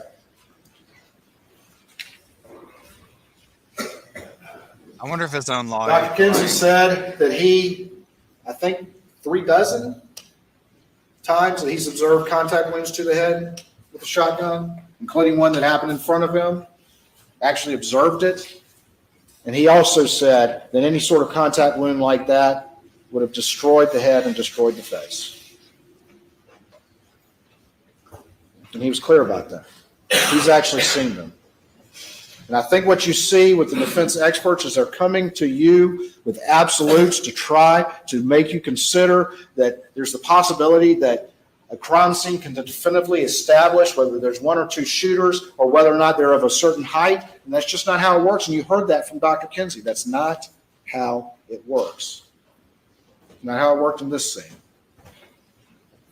It's a red herring, ladies and gentlemen. It's a red herring. You've seen the testimony from Kenny Kinsey. He returned to talk about these issues.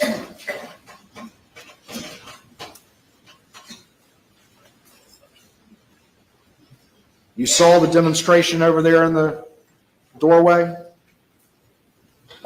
That seem realistic to you?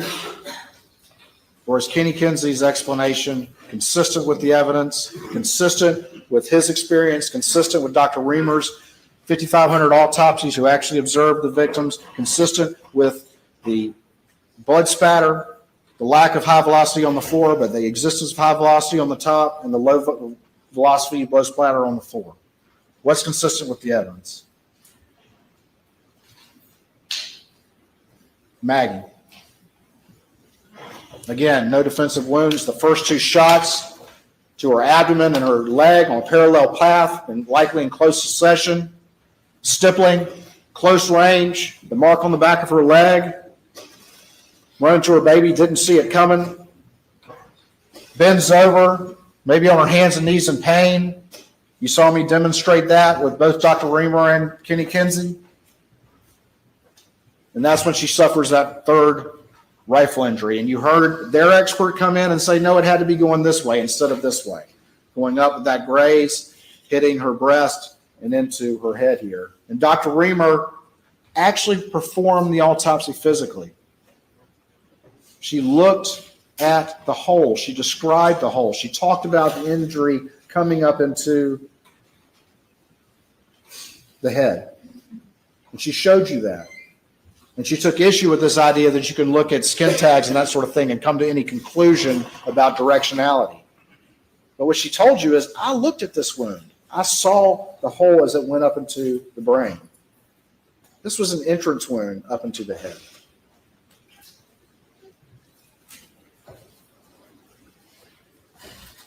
Instantly fatal and terminal collapse. The wrist wound could have been an extraneous wound, or it could be associated with this. Third rifle injury, and then, of course, the fourth rifle injury to the back of the head that had the canyon effect.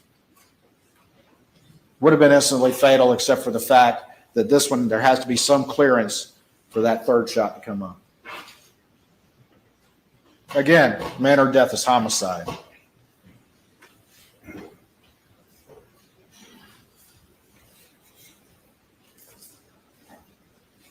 So what did Dr. Kinsey say? Again, he took issue with an expert coming in and trying to tell you that he can determine the location or the height of the shooter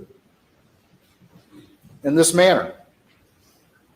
He told you the cardboard, that cannot be relied upon. And while he did agree with the angle on the doghouse, he showed you how changing the aspect of the shooter could easily fit with Alec. And that it is too far and way out over its skis to try to assert that you can determine from such information that the shooter had to be 5'2". That's not what you can do. Dr. Kinsey is a crime scene analyst. How many crime scenes did he say he'd done? Hundreds of homicides, thousands of pieces of evidence, real world stuff. That's what he comes and talks about. And you simply can't make those determinations in a real world environment to come in here and try to tell you that from that sort of thing, the shooter had to be a particular height. You just can't do it. You can't do it. I submit to you that Dr. Kinsey knows what he's talking about, and Dr. Kinsey has the years of experience in real-world applications of crime scenes to make those judgments. And I also submit to you that Dr. Kinsey isn't going to get out over his skis and try to make assertions to you in absolutes. The guy with the 5'2" people refused to even concede the possibility of variables.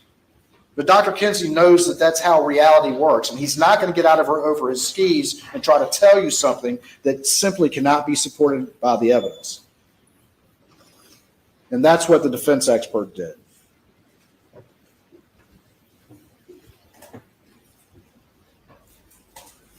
The shooter could easily be 6'4" or taller and fit all those bullet trajectories. Of course, one thing that the defense expert didn't consider and wouldn't even consider is all his little gray people are holding the guns down like this.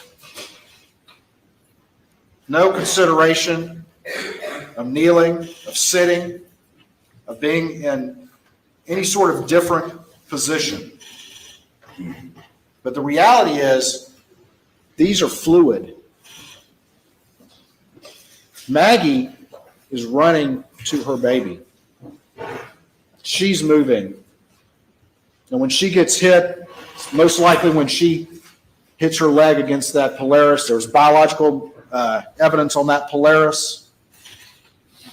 And she comes forward and collapses as Alec is moving around her, firing.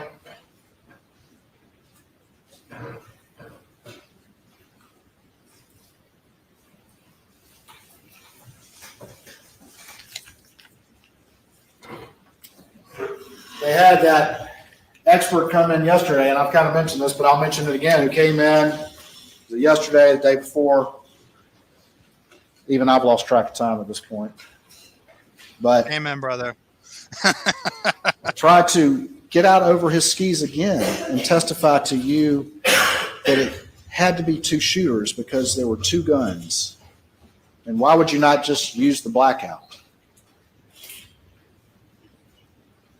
Is that opinion helpful or makes sense?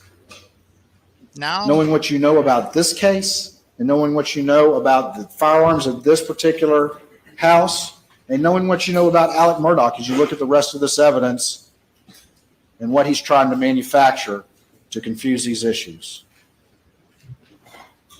Kenny Kinsey told you that it's just as likely that it could be one shooter. And sorry, where's the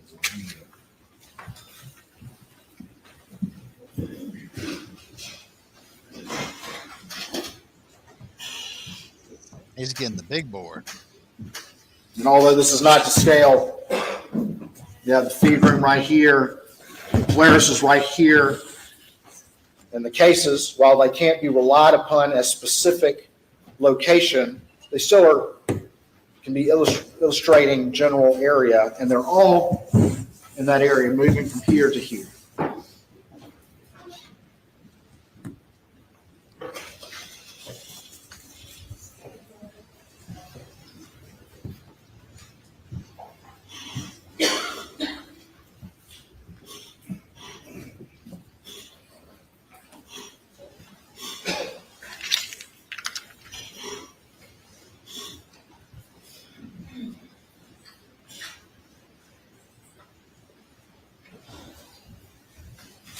GSR on the defendant's hand on the seatbelt. Ladies and gentlemen, we're going to take a 15-minute break. You'll go to the jury room. Please do not discuss the case.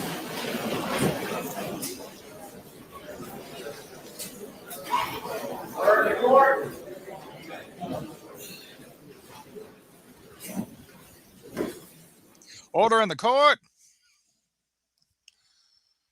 Okay, let's just quiet this down for a little bit. Oh, Lord mercy, y'all. Okay, y'all, this one's, it's, I'm not gonna lie, it's been, I'm a little bit sleepy over here. Okay, so what do we think? What do we think, y'all?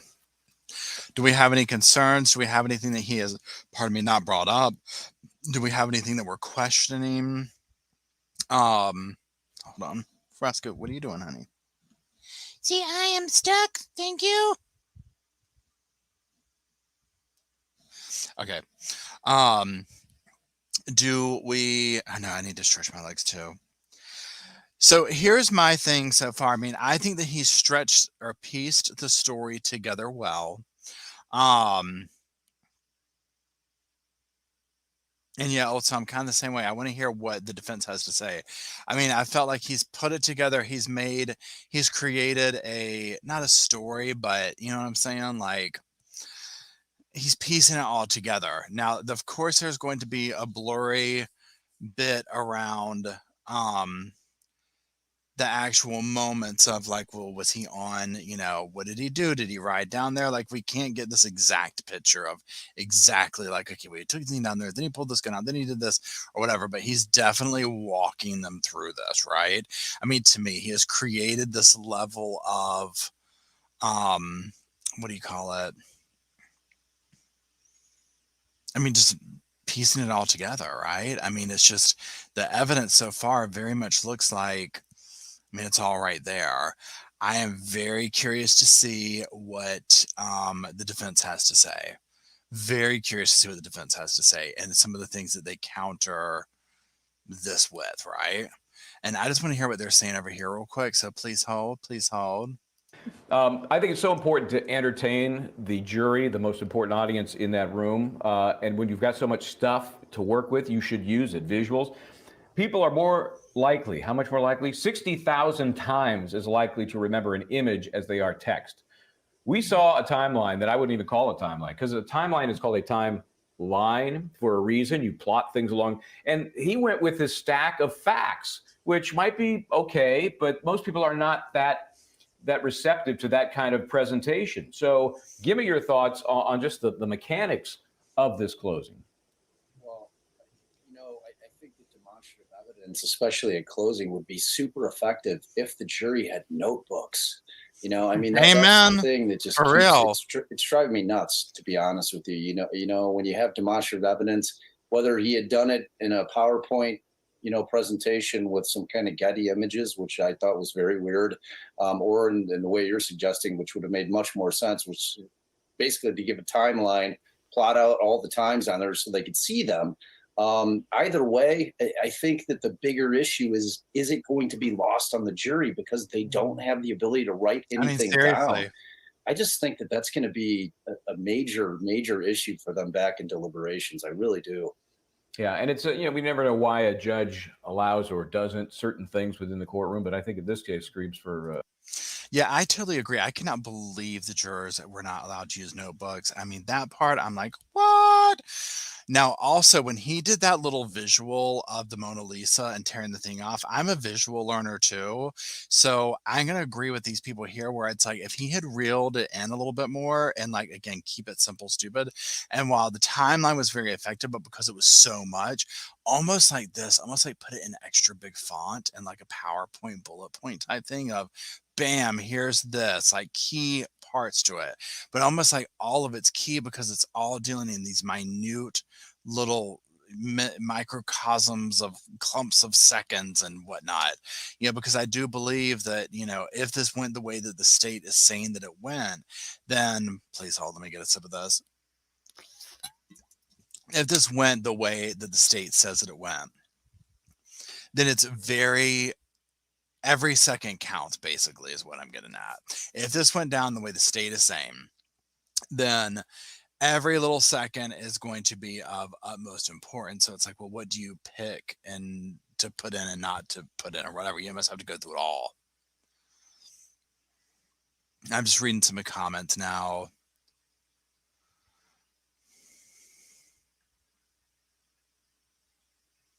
Yeah, and Irene, I agree. I think the motive for me is clearly there. I think that, and honestly, it's always been there because, I mean, again, we've seen what these people and these men and sometimes women, but mostly men, will do in these moments where their back's against the wall, whether it's over an affair, over money, over, shame, whatever. And I mean, this had all that going. Now, here's my thing, y'all. I keep going back to this thing where, again, with the drug abuse, with the money and all this, I mean, in the Netflix documentary, I mean, it's showing like after this went down, he's cutting these huge checks to Cousin Eddie. And I'm talking big checks.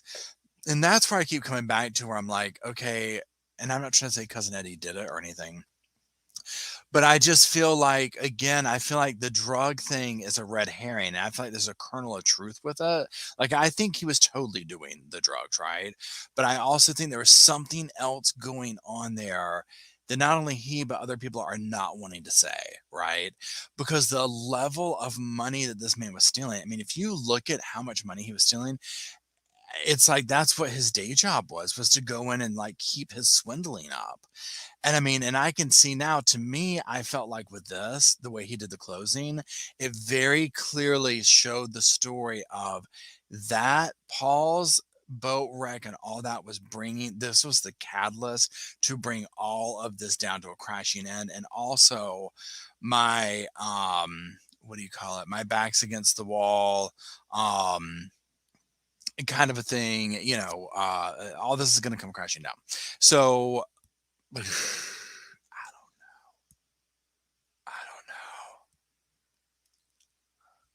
know. Oh, no, I'm trying.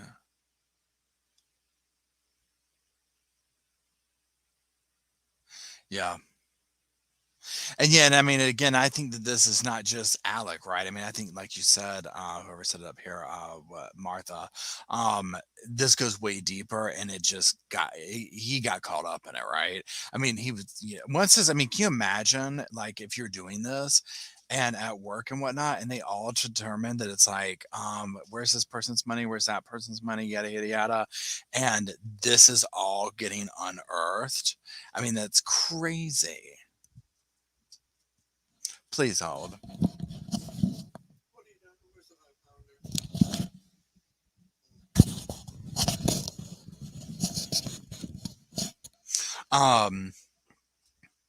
Now here's my other thing. So it's what time has this been wrapping up usually? Because I personally think that they're going, I mean, we already talked about this. I think that um they're going to do tomorrow the defense, right?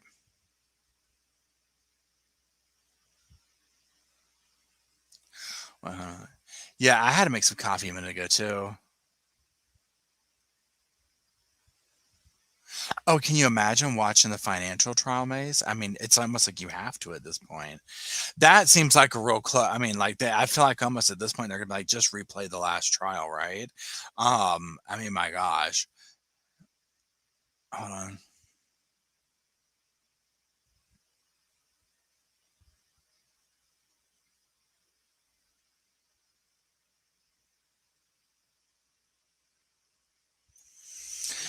Yet it makes you wonder. I mean, I just feel like with all the stuff going on that there is like, I think he was way more involved in the drug stuff on a business level, right? Oh, they won't be televised. That's right. Because is that a federal crime that he did?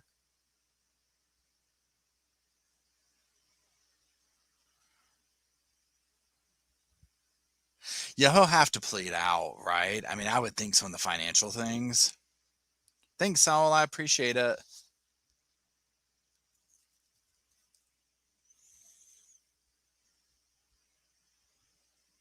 I mean, I can't believe how captivating that this has been, right? I'm just like, oh my God, this has been crazy. I'm just, again, I'm honestly dying to hear what the defense has to say. No, I have not. Okay, so yeah, did anybody watch the behavioral panel's video on his testimony? And if so, what'd you think?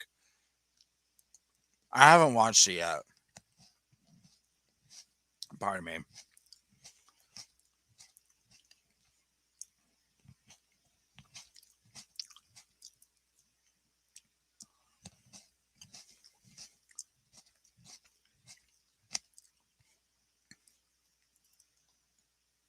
So what do they think about him? Do they think he's lying?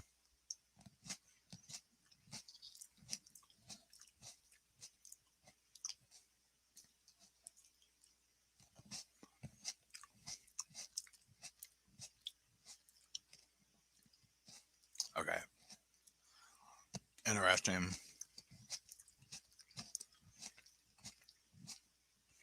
Interesting. Very interesting.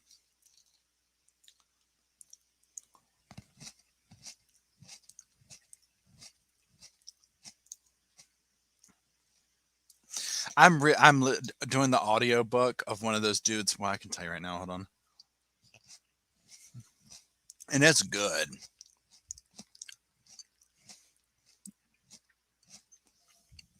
Please hold. I'll tell you what it is. Hold on. Pardon me. The power of body language and ex-FBI's agent system for speed reading people. Joe Navarro, if I'm saying his last name right. I'm on chapter 6 of it. I'm, kind of a slow listener or whatever, but it's really good. And I mean, honestly, some of the stuff. So this is a major thing when I implement this now when I'm at work and talking to people and stuff. So one thing they say is like okay, so for example, if you're talking, how a lot of times you're like this. I used to do this at work because we have to repeat a lot of stuff at work. And so I'll be like, oh, hey, and da da da da. And like, if you do things like with your hands down, it's more of like oh, and if you need to use the restrooms, it's over here, but don't leave the building or the floor. Well, you can't see that, can you? I'd be like, if you do have to go to the bathroom, just don't leave the building or the floor. And so now I'm like, if you need to use the restroom, don't leave the building or the floor. They're at the end of the hall. You know what I mean? And like, so practicing some of that stuff. Now, does it work? I don't know. Right. But it just makes me feel like, well, the money was a good investment into the damn book.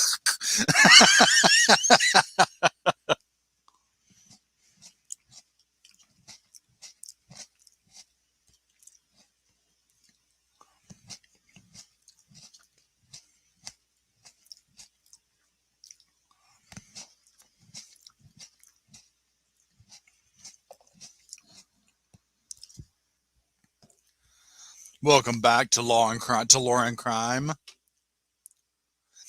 And here's the thing: at the end of the day, no matter what he's found guilty of, no matter what he's found guilty of, no matter what the verdict is, we're never going to know what really happened. That's the part that gets to me, right? Oh, let's hear what Gigi has to say. Hold on. Y'all, we need to get from head bobbing there toward the end there. It's a long day for this jury. What were you seeing inside the courtroom after the prosecution? Yeah, I mean, they've been really attentive for the most part, but I think the last 30 minutes is starting to get a little tiresome. You just start to see shifting in the seats a little more, not quite as focused, but it's a very convoluted story. So he has to start from the beginning. A storm's brewing. You got to start from the beginning.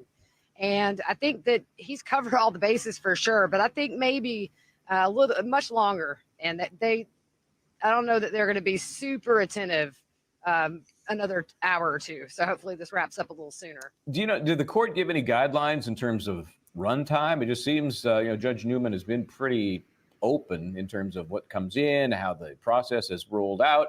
I'm guessing no guidelines in terms of total TRT for these arguments. We haven't heard any time limits put on them. And, I was just actually sitting here wondering, is the defense going to get a crack at it, or do we just come back tomorrow and give them the morning? So we'll see. I don't know. I think maybe that might not be what the defense wants to do. Maybe they want a fresh start in the morning with a jury who's rested, because they have walked this morning. And it's not cool here today. It's humid. It's warm. So just being outside for 30 minutes, I'm sure, makes you tired. And then you get a full belly and sit there for a couple of solid hours. I can see where they're struggling, here in the last 30 minutes, especially to stay focused and for stay awake. Let's talk about that first part of the prosecution argument, which was primarily the money, all about the money, follow the money. We know that's critical because that is effectively their motive. How did that resonate with you? I mean, as part of your motive, you got to go there. It's just, it seems to take up a lot of time, even in the trial when it was being testified to. I think it could have been condensed for the closings just to allow more time to talk about the murders, because it did seem like we spent a good hour or more on those financials again. And to me, I think that just Maggie and Paul get lost in it. They're the victims here. It's not a financial case, but sometimes it's felt that way. But I understand the need to do it as well. Yeah, well, we knew that was a victory for the prosecution when the judge allowed all of that in. So it's not a surprise they're pounding on it from that perspective, but just isn't effective. I just start to think it's just too much. Jury's hanging in there. Nobody's fallen asleep. What are you seeing?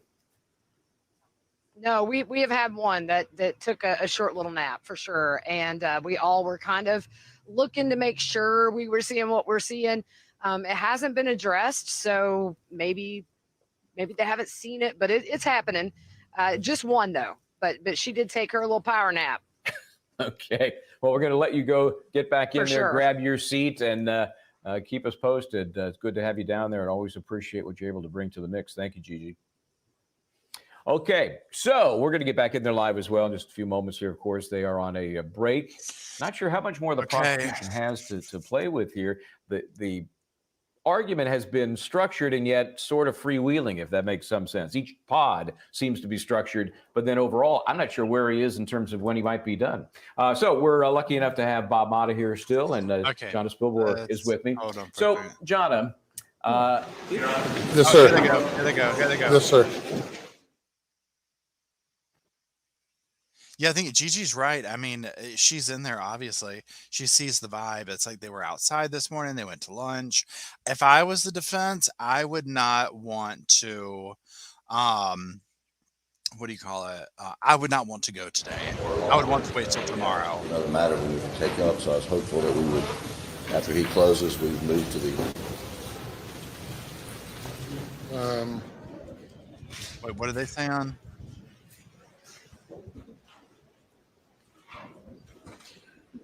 And what do you want me? What do you want to ask me?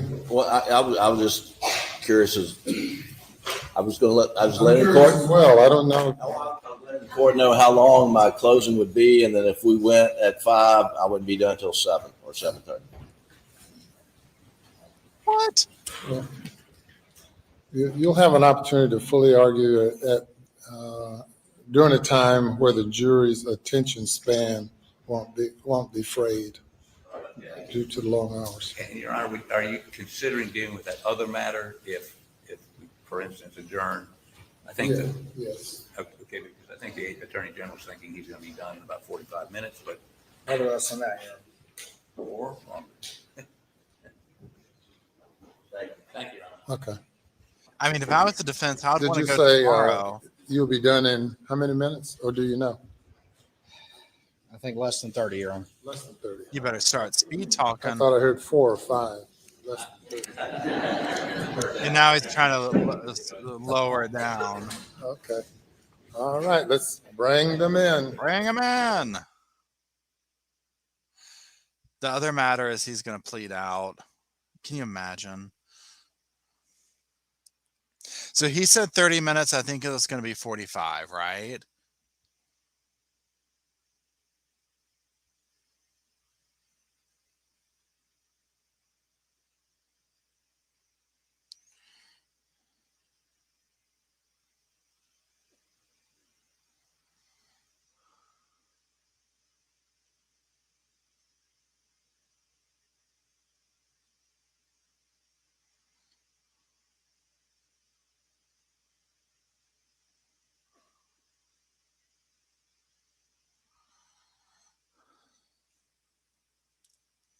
Wait, so a juror was actually taking a nap? I mean, my gosh. Again, if I was the defense, I would not want to go today. It's been a long day. I'd be like, I would rather come in the morning and have the full attention of fresh jury. You know what I'm saying? Like, Hey, thank you. You may proceed. Thank you, Your Honor. May I please court? Sure.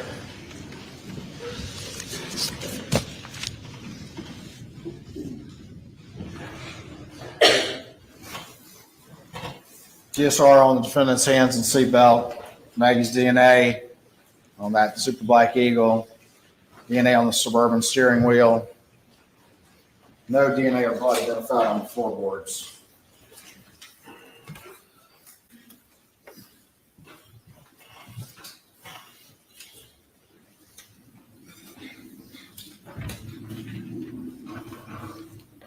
Showing y'all state 7. That's the how you doing comment. And the second officer walks up, how you doing? Same here, Naya. I'm very curious. Stage 5. Same juror. Also from the body cam. It's very dark out there. We can see how well lit it can be when the lights are on. 22. 93. 47.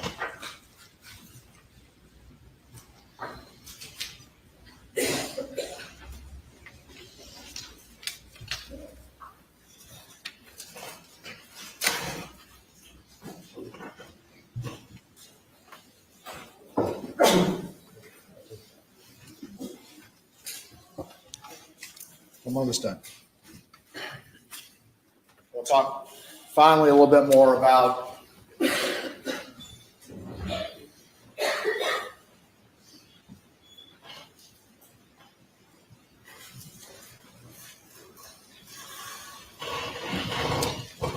defendant's story to you that he told on Thursday. We've already talked about it. Just a couple more things. I asked him when he went down there, those dogs are clearly out in the kennel video. I asked him if the dogs were alerting on anybody nearby or in the woods, as dogs do. This is interesting. He said no. He said that their dogs were not doing that.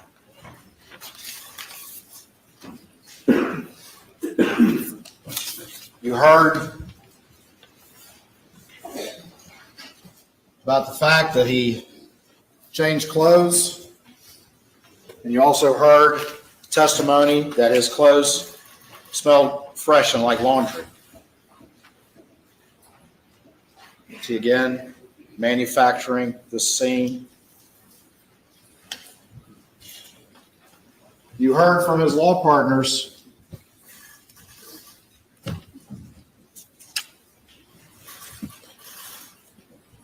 that he was not, and also from Marion, that he was not overly concerned with figuring out what happened or any threats to Buster. And in fact, you heard in the telephone interview after the side of the road, they specifically asked him, are there any threats to Buster? And he said no. Why is there no threat to Buster?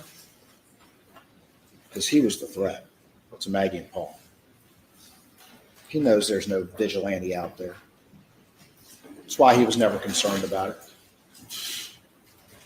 That's why he called Rogan first the night of.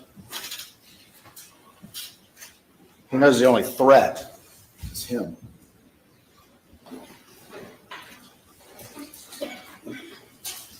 I asked him if he could remember lying to all of those close to him, people that he trusted, that he stole from. He couldn't detail one single conversation. He couldn't remember his last conversation at the kennels, to use his own words. And when you hear what he has to say, when he was asked after the kennel video and his new story, what he did, he said, I got out of there.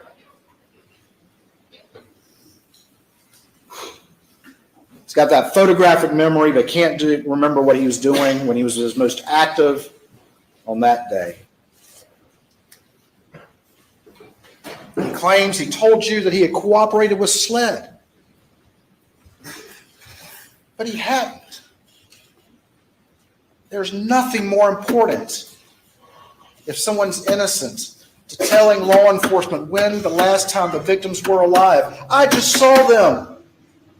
I saw them at 8:50. I saw them at 8:49. They're still out there. Go get them.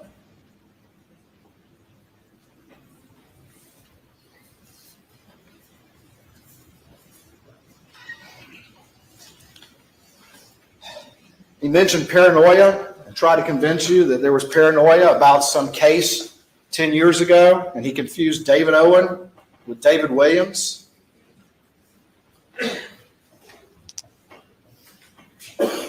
He got on the stand, ladies and gentlemen, and as he got confronted with things, as he was allowed to keep talking, he kept adding a new factor and a new factor and a new factor to justify why he's lying to you, why he had lied to law enforcement, and to justify why he's telling you what he's telling you now. He kept adding them. He can remember those, ladies and gentlemen. He can remember a new one. He can remember this. And the problem with that is that there's no mistaking David Owen for David Williams. We showed you that picture of David Williams. This is a man who rides around with a badge in his windshield, who had blue lights installed on his private vehicle. I knew that would come back to bite. And if you need any proof that he makes up lies and is very convincing with them and makes them up on the fly,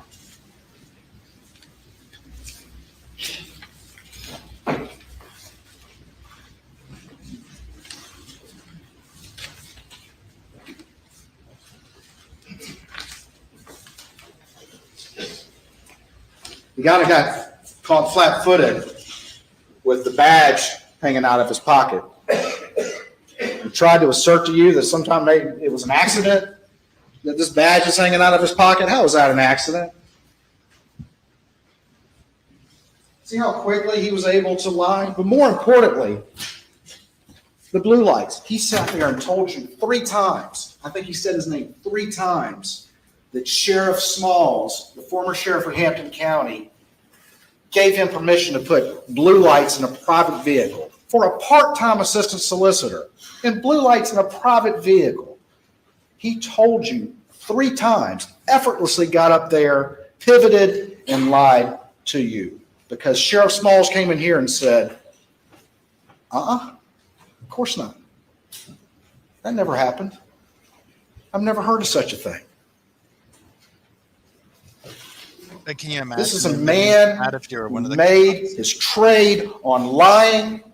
He lied about the most important fact in the case, and he sat there and effortlessly and easily pivoted to a new lie when confronted with something he wasn't prepared for. And the sheriff came in here and said, no, that never happened. Of course not.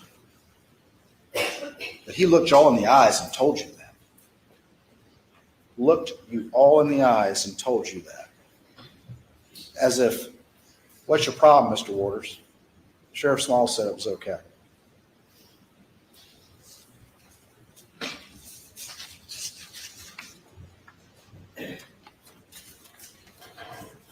Tries to tell you that he was paranoid about having a bag of pills in his pocket. The man who had blue lights in his car and had a badge, rides around with a badge in his windshield. That's what he thinks of his power and prestige, and that's what he thinks of appropriate use of authority, is to put it up there. It only serves him. It's only there to serve him. But he's tried to also tell you that he gets paranoid, and so he's tried to lie about the most important fact that he could offer law enforcement when his wife and son were brutally murdered because he had a bag of pills in his pocket, but yet at the same breath says, I wasn't concerned about the law firm and that fair stuff. I'm not concerned about the boat case.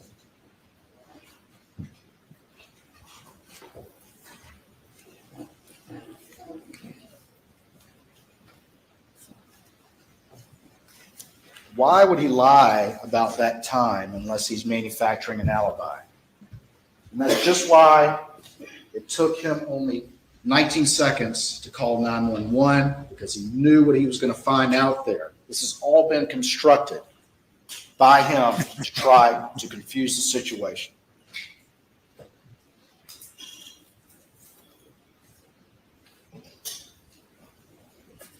That lie that he told you,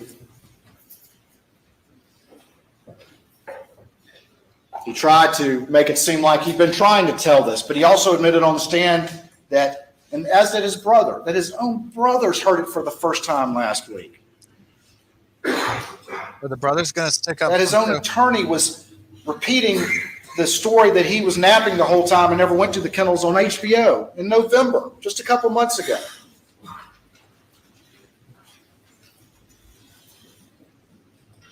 A lot of people lie, ladies and gentlemen. A lot of people lie. When it's really important, something like this brutal murder, most people are going to come clean about a bag of pills. But why do people lie? People lie because they knew they did something wrong. That's why he lied, ladies and gentlemen. And just like always, when confronted with new evidence that he no longer can deny, he backtracks, he pivots, and he tells a new story from that stand and looks you all in the eye. And then when new evidence comes up on cross, he backtracks and he pivots and he tells another new lie. And I'm sure if he could get up there again, he'd be telling, well, let me rephrase that. He said so many witnesses are lying on him. They're all lying on him. But the one thing we know is a constant is that he lied to them. Mark Tinsley's lying. Jeannie Seckinger's lying. Shelley Smith is lying. Blanca's lying. Everybody's lying on the master liar. If they don't hit that coffer with the misdemeanor charges, oh my gosh. I mean, charge them. Charge them. You heard him answer the questions about whether or not he killed his wife and son. You heard me ask him if he was a family annihilator. When he answers those questions, did you see him do this? Did you see him do that on those videos too and ask questions where now we know he was lying? Is that the most classic tell ever? I'll leave that to you to decide. One thing I will agree with him that he said up there, oh, what a tangled web we weave when we first practice to deceive. How appropriate coming from that man. This is a good note to end.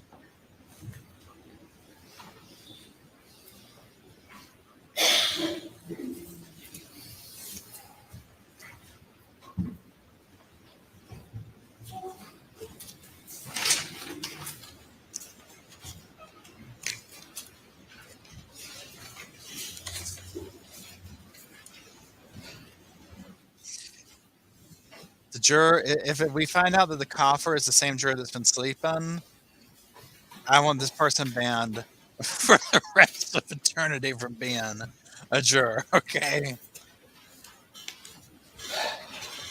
This man is trying to sell you on an idea that he was at the kennels, that he jetted back, that he went inside so quickly and quickly dozed off in the shortest nap in the history of the South. And then he got in his car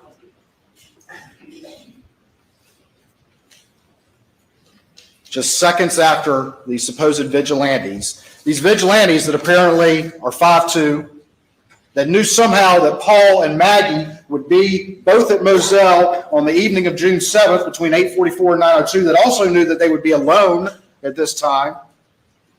They knew that Alec would not be at these kennels. 75 years. And they also knew the property well enough to get to the kennels. They also assumed that they would find ammunition and guns there, so they didn't bring those. And they traveled the same route as Alec after his short 20-second nap and knew that he would be visiting his mother at Alameda during that time. Those are the circumstances that you have to accept. The 5'2" vigilantes that arrived somehow in that tiny time period between 8:49 and 9:02, and that's given him every benefit of the doubt as to the story he told you, sprinkled with a bunch of new lies as well. That somehow they arrived during that time. The dogs never heard them or ran to them. Somebody put the dogs up in the wrong kennels. Somebody rolled up the hose.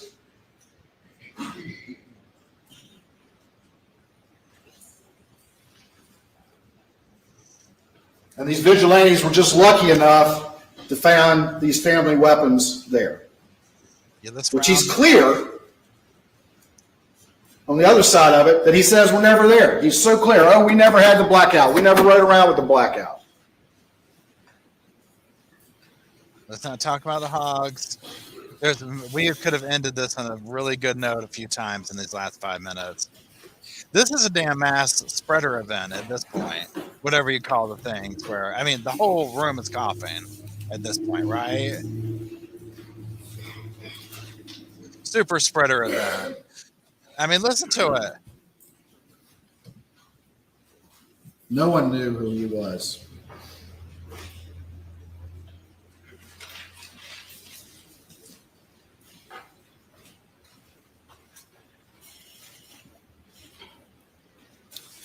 No one knew who this man was.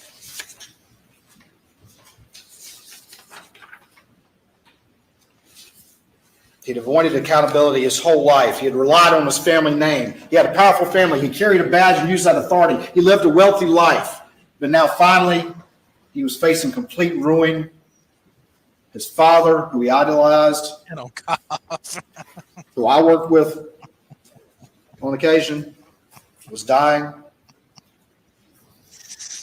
His son was facing charges for the boat case. He was facing a civil action that not only could potentially ruin him, but expose the reality of what he'd been doing for years. He had an opiate addiction. The entire illusion of his life was about to be altered. He couldn't live for that. He's the kind of person for which shame is an extraordinary provocation. Shame, shame. Shame. Shame is an extraordinary provocation. His ego couldn't stand that, and he became a family annihilator. Oh, there's that word again.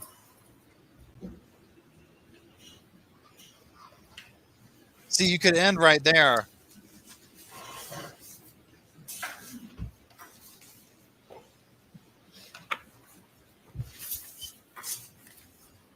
And I was thinking,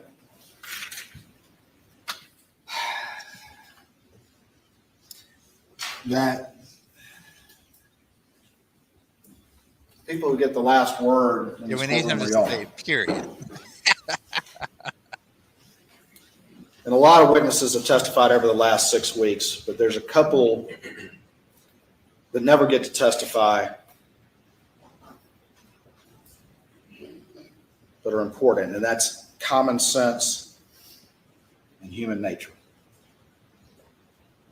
Yeah, give him that Grammy. And there's 2 more that don't get to testify.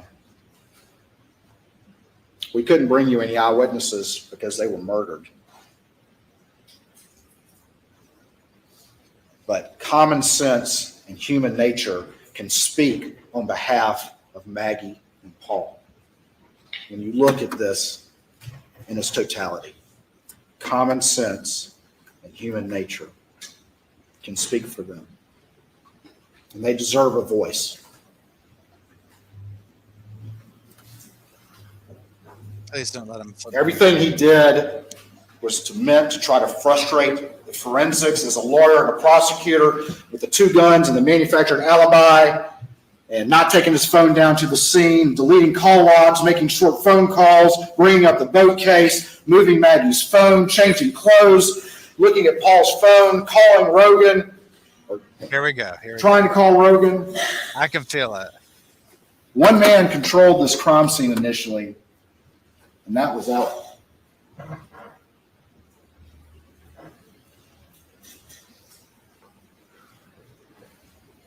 But there were some things he couldn't control. And we brought those to you.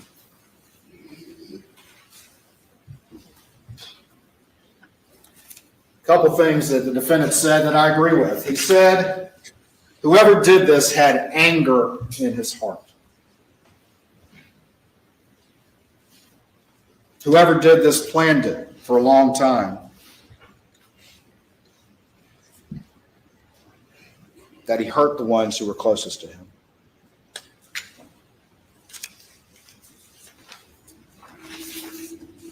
That's it. Put those papers down and bring it home. It may be hard to fathom, ladies and gentlemen, that when you put all these circumstances together and really understand who he was in the entirety of his life,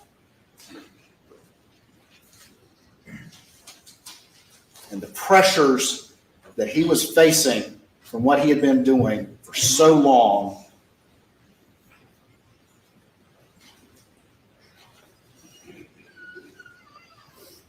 you can understand it.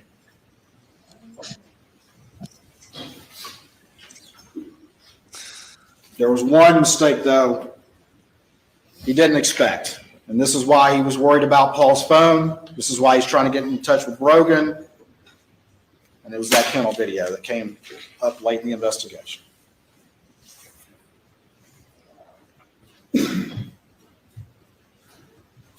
One of the things I asked him,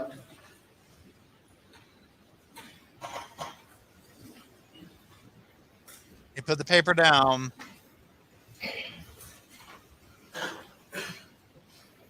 And we've talked about this. The last question I had to him, and the first question I had to him, was, what is the most important part of your testimony here today? And he wouldn't even concede that, but he at least conceded that the most important thing was to look you in the eye and try to explain to you why, after his entire history, you should believe him when he says, okay, I was down at the kennels for one brief minute, but I had nothing to do with this. We went through that long cross Thank you, in which he Maureen. identified I appreciate all these that. factors, from his partner saying having an attorney, you need to have an attorney present, to his distrust of SLED, to Dave Owen asking him about his relationship, and asked him, at what point did you decide to lie? He finally agreed, okay, it was in this interview. It was that moment in the June 8th interview. It was during that interview.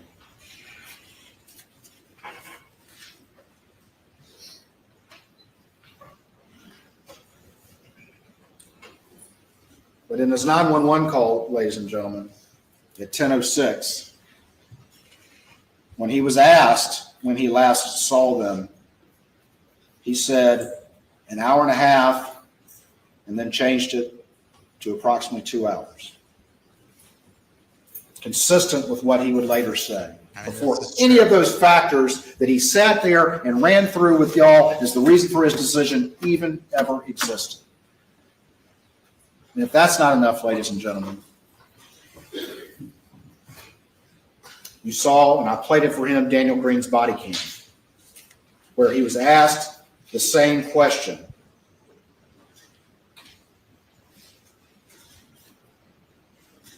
And he said that it was 1.5 hours plus 45 minutes. And all those factors that he identified to you as to why he supposedly lied, he was lying to you, ladies and gentlemen, when he made those up. He was lying to you when he made those up. Just like he's lied to everyone close to him. And he's good at it. He's good at it.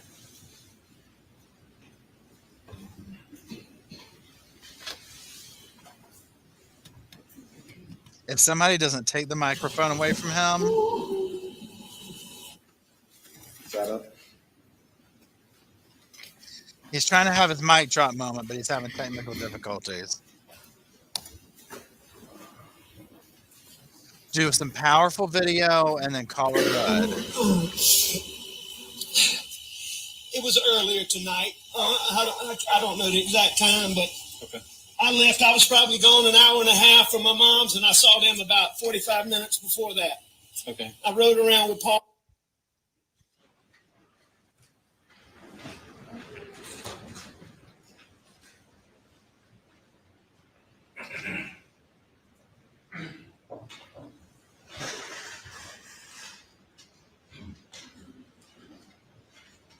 I mean, y'all, I know he's got a point to prove. My God, this poor jury. I could not be doing this if I was not slumped over in the chair with a blanket right now. You know what I'm saying?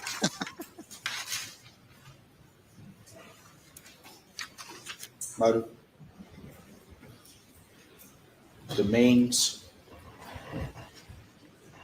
Hey, Elaine. the opportunity. They cut him out. They cut him out. All four factors are present.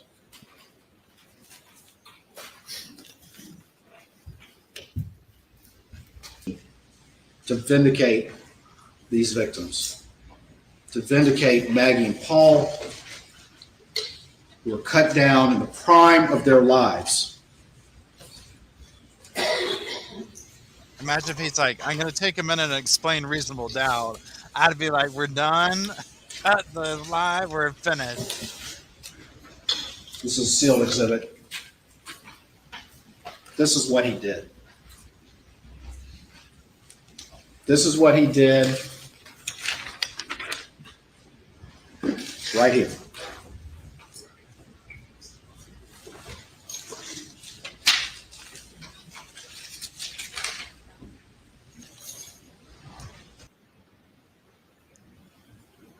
Don't let him fool you too.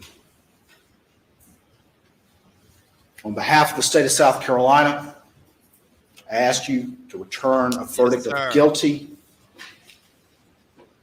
against the defendant, Richard Alexander Murdoch, for the murder of his wife, Maggie, and his son, Paul,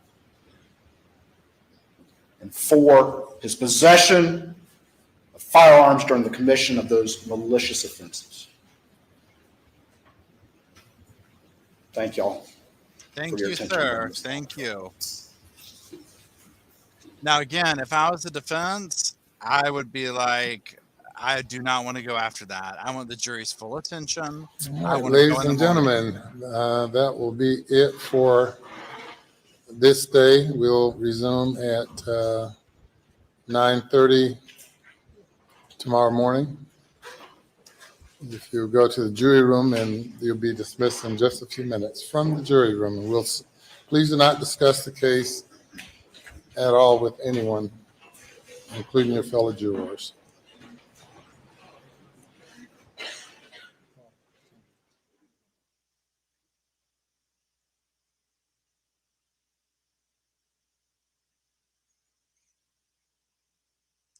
Okay. Okay, I'm glad they're not making the defense go, because again, if I were the defense, I would be like, no, right? I would be like, no, I want the full attention of the jury for my whatever. Let me get up here. Oh, let's hear what they have to say. Okay. We'll recess until 9:30 tomorrow morning, except for the matter that we will address in chambers with counsel. Okay. Okay,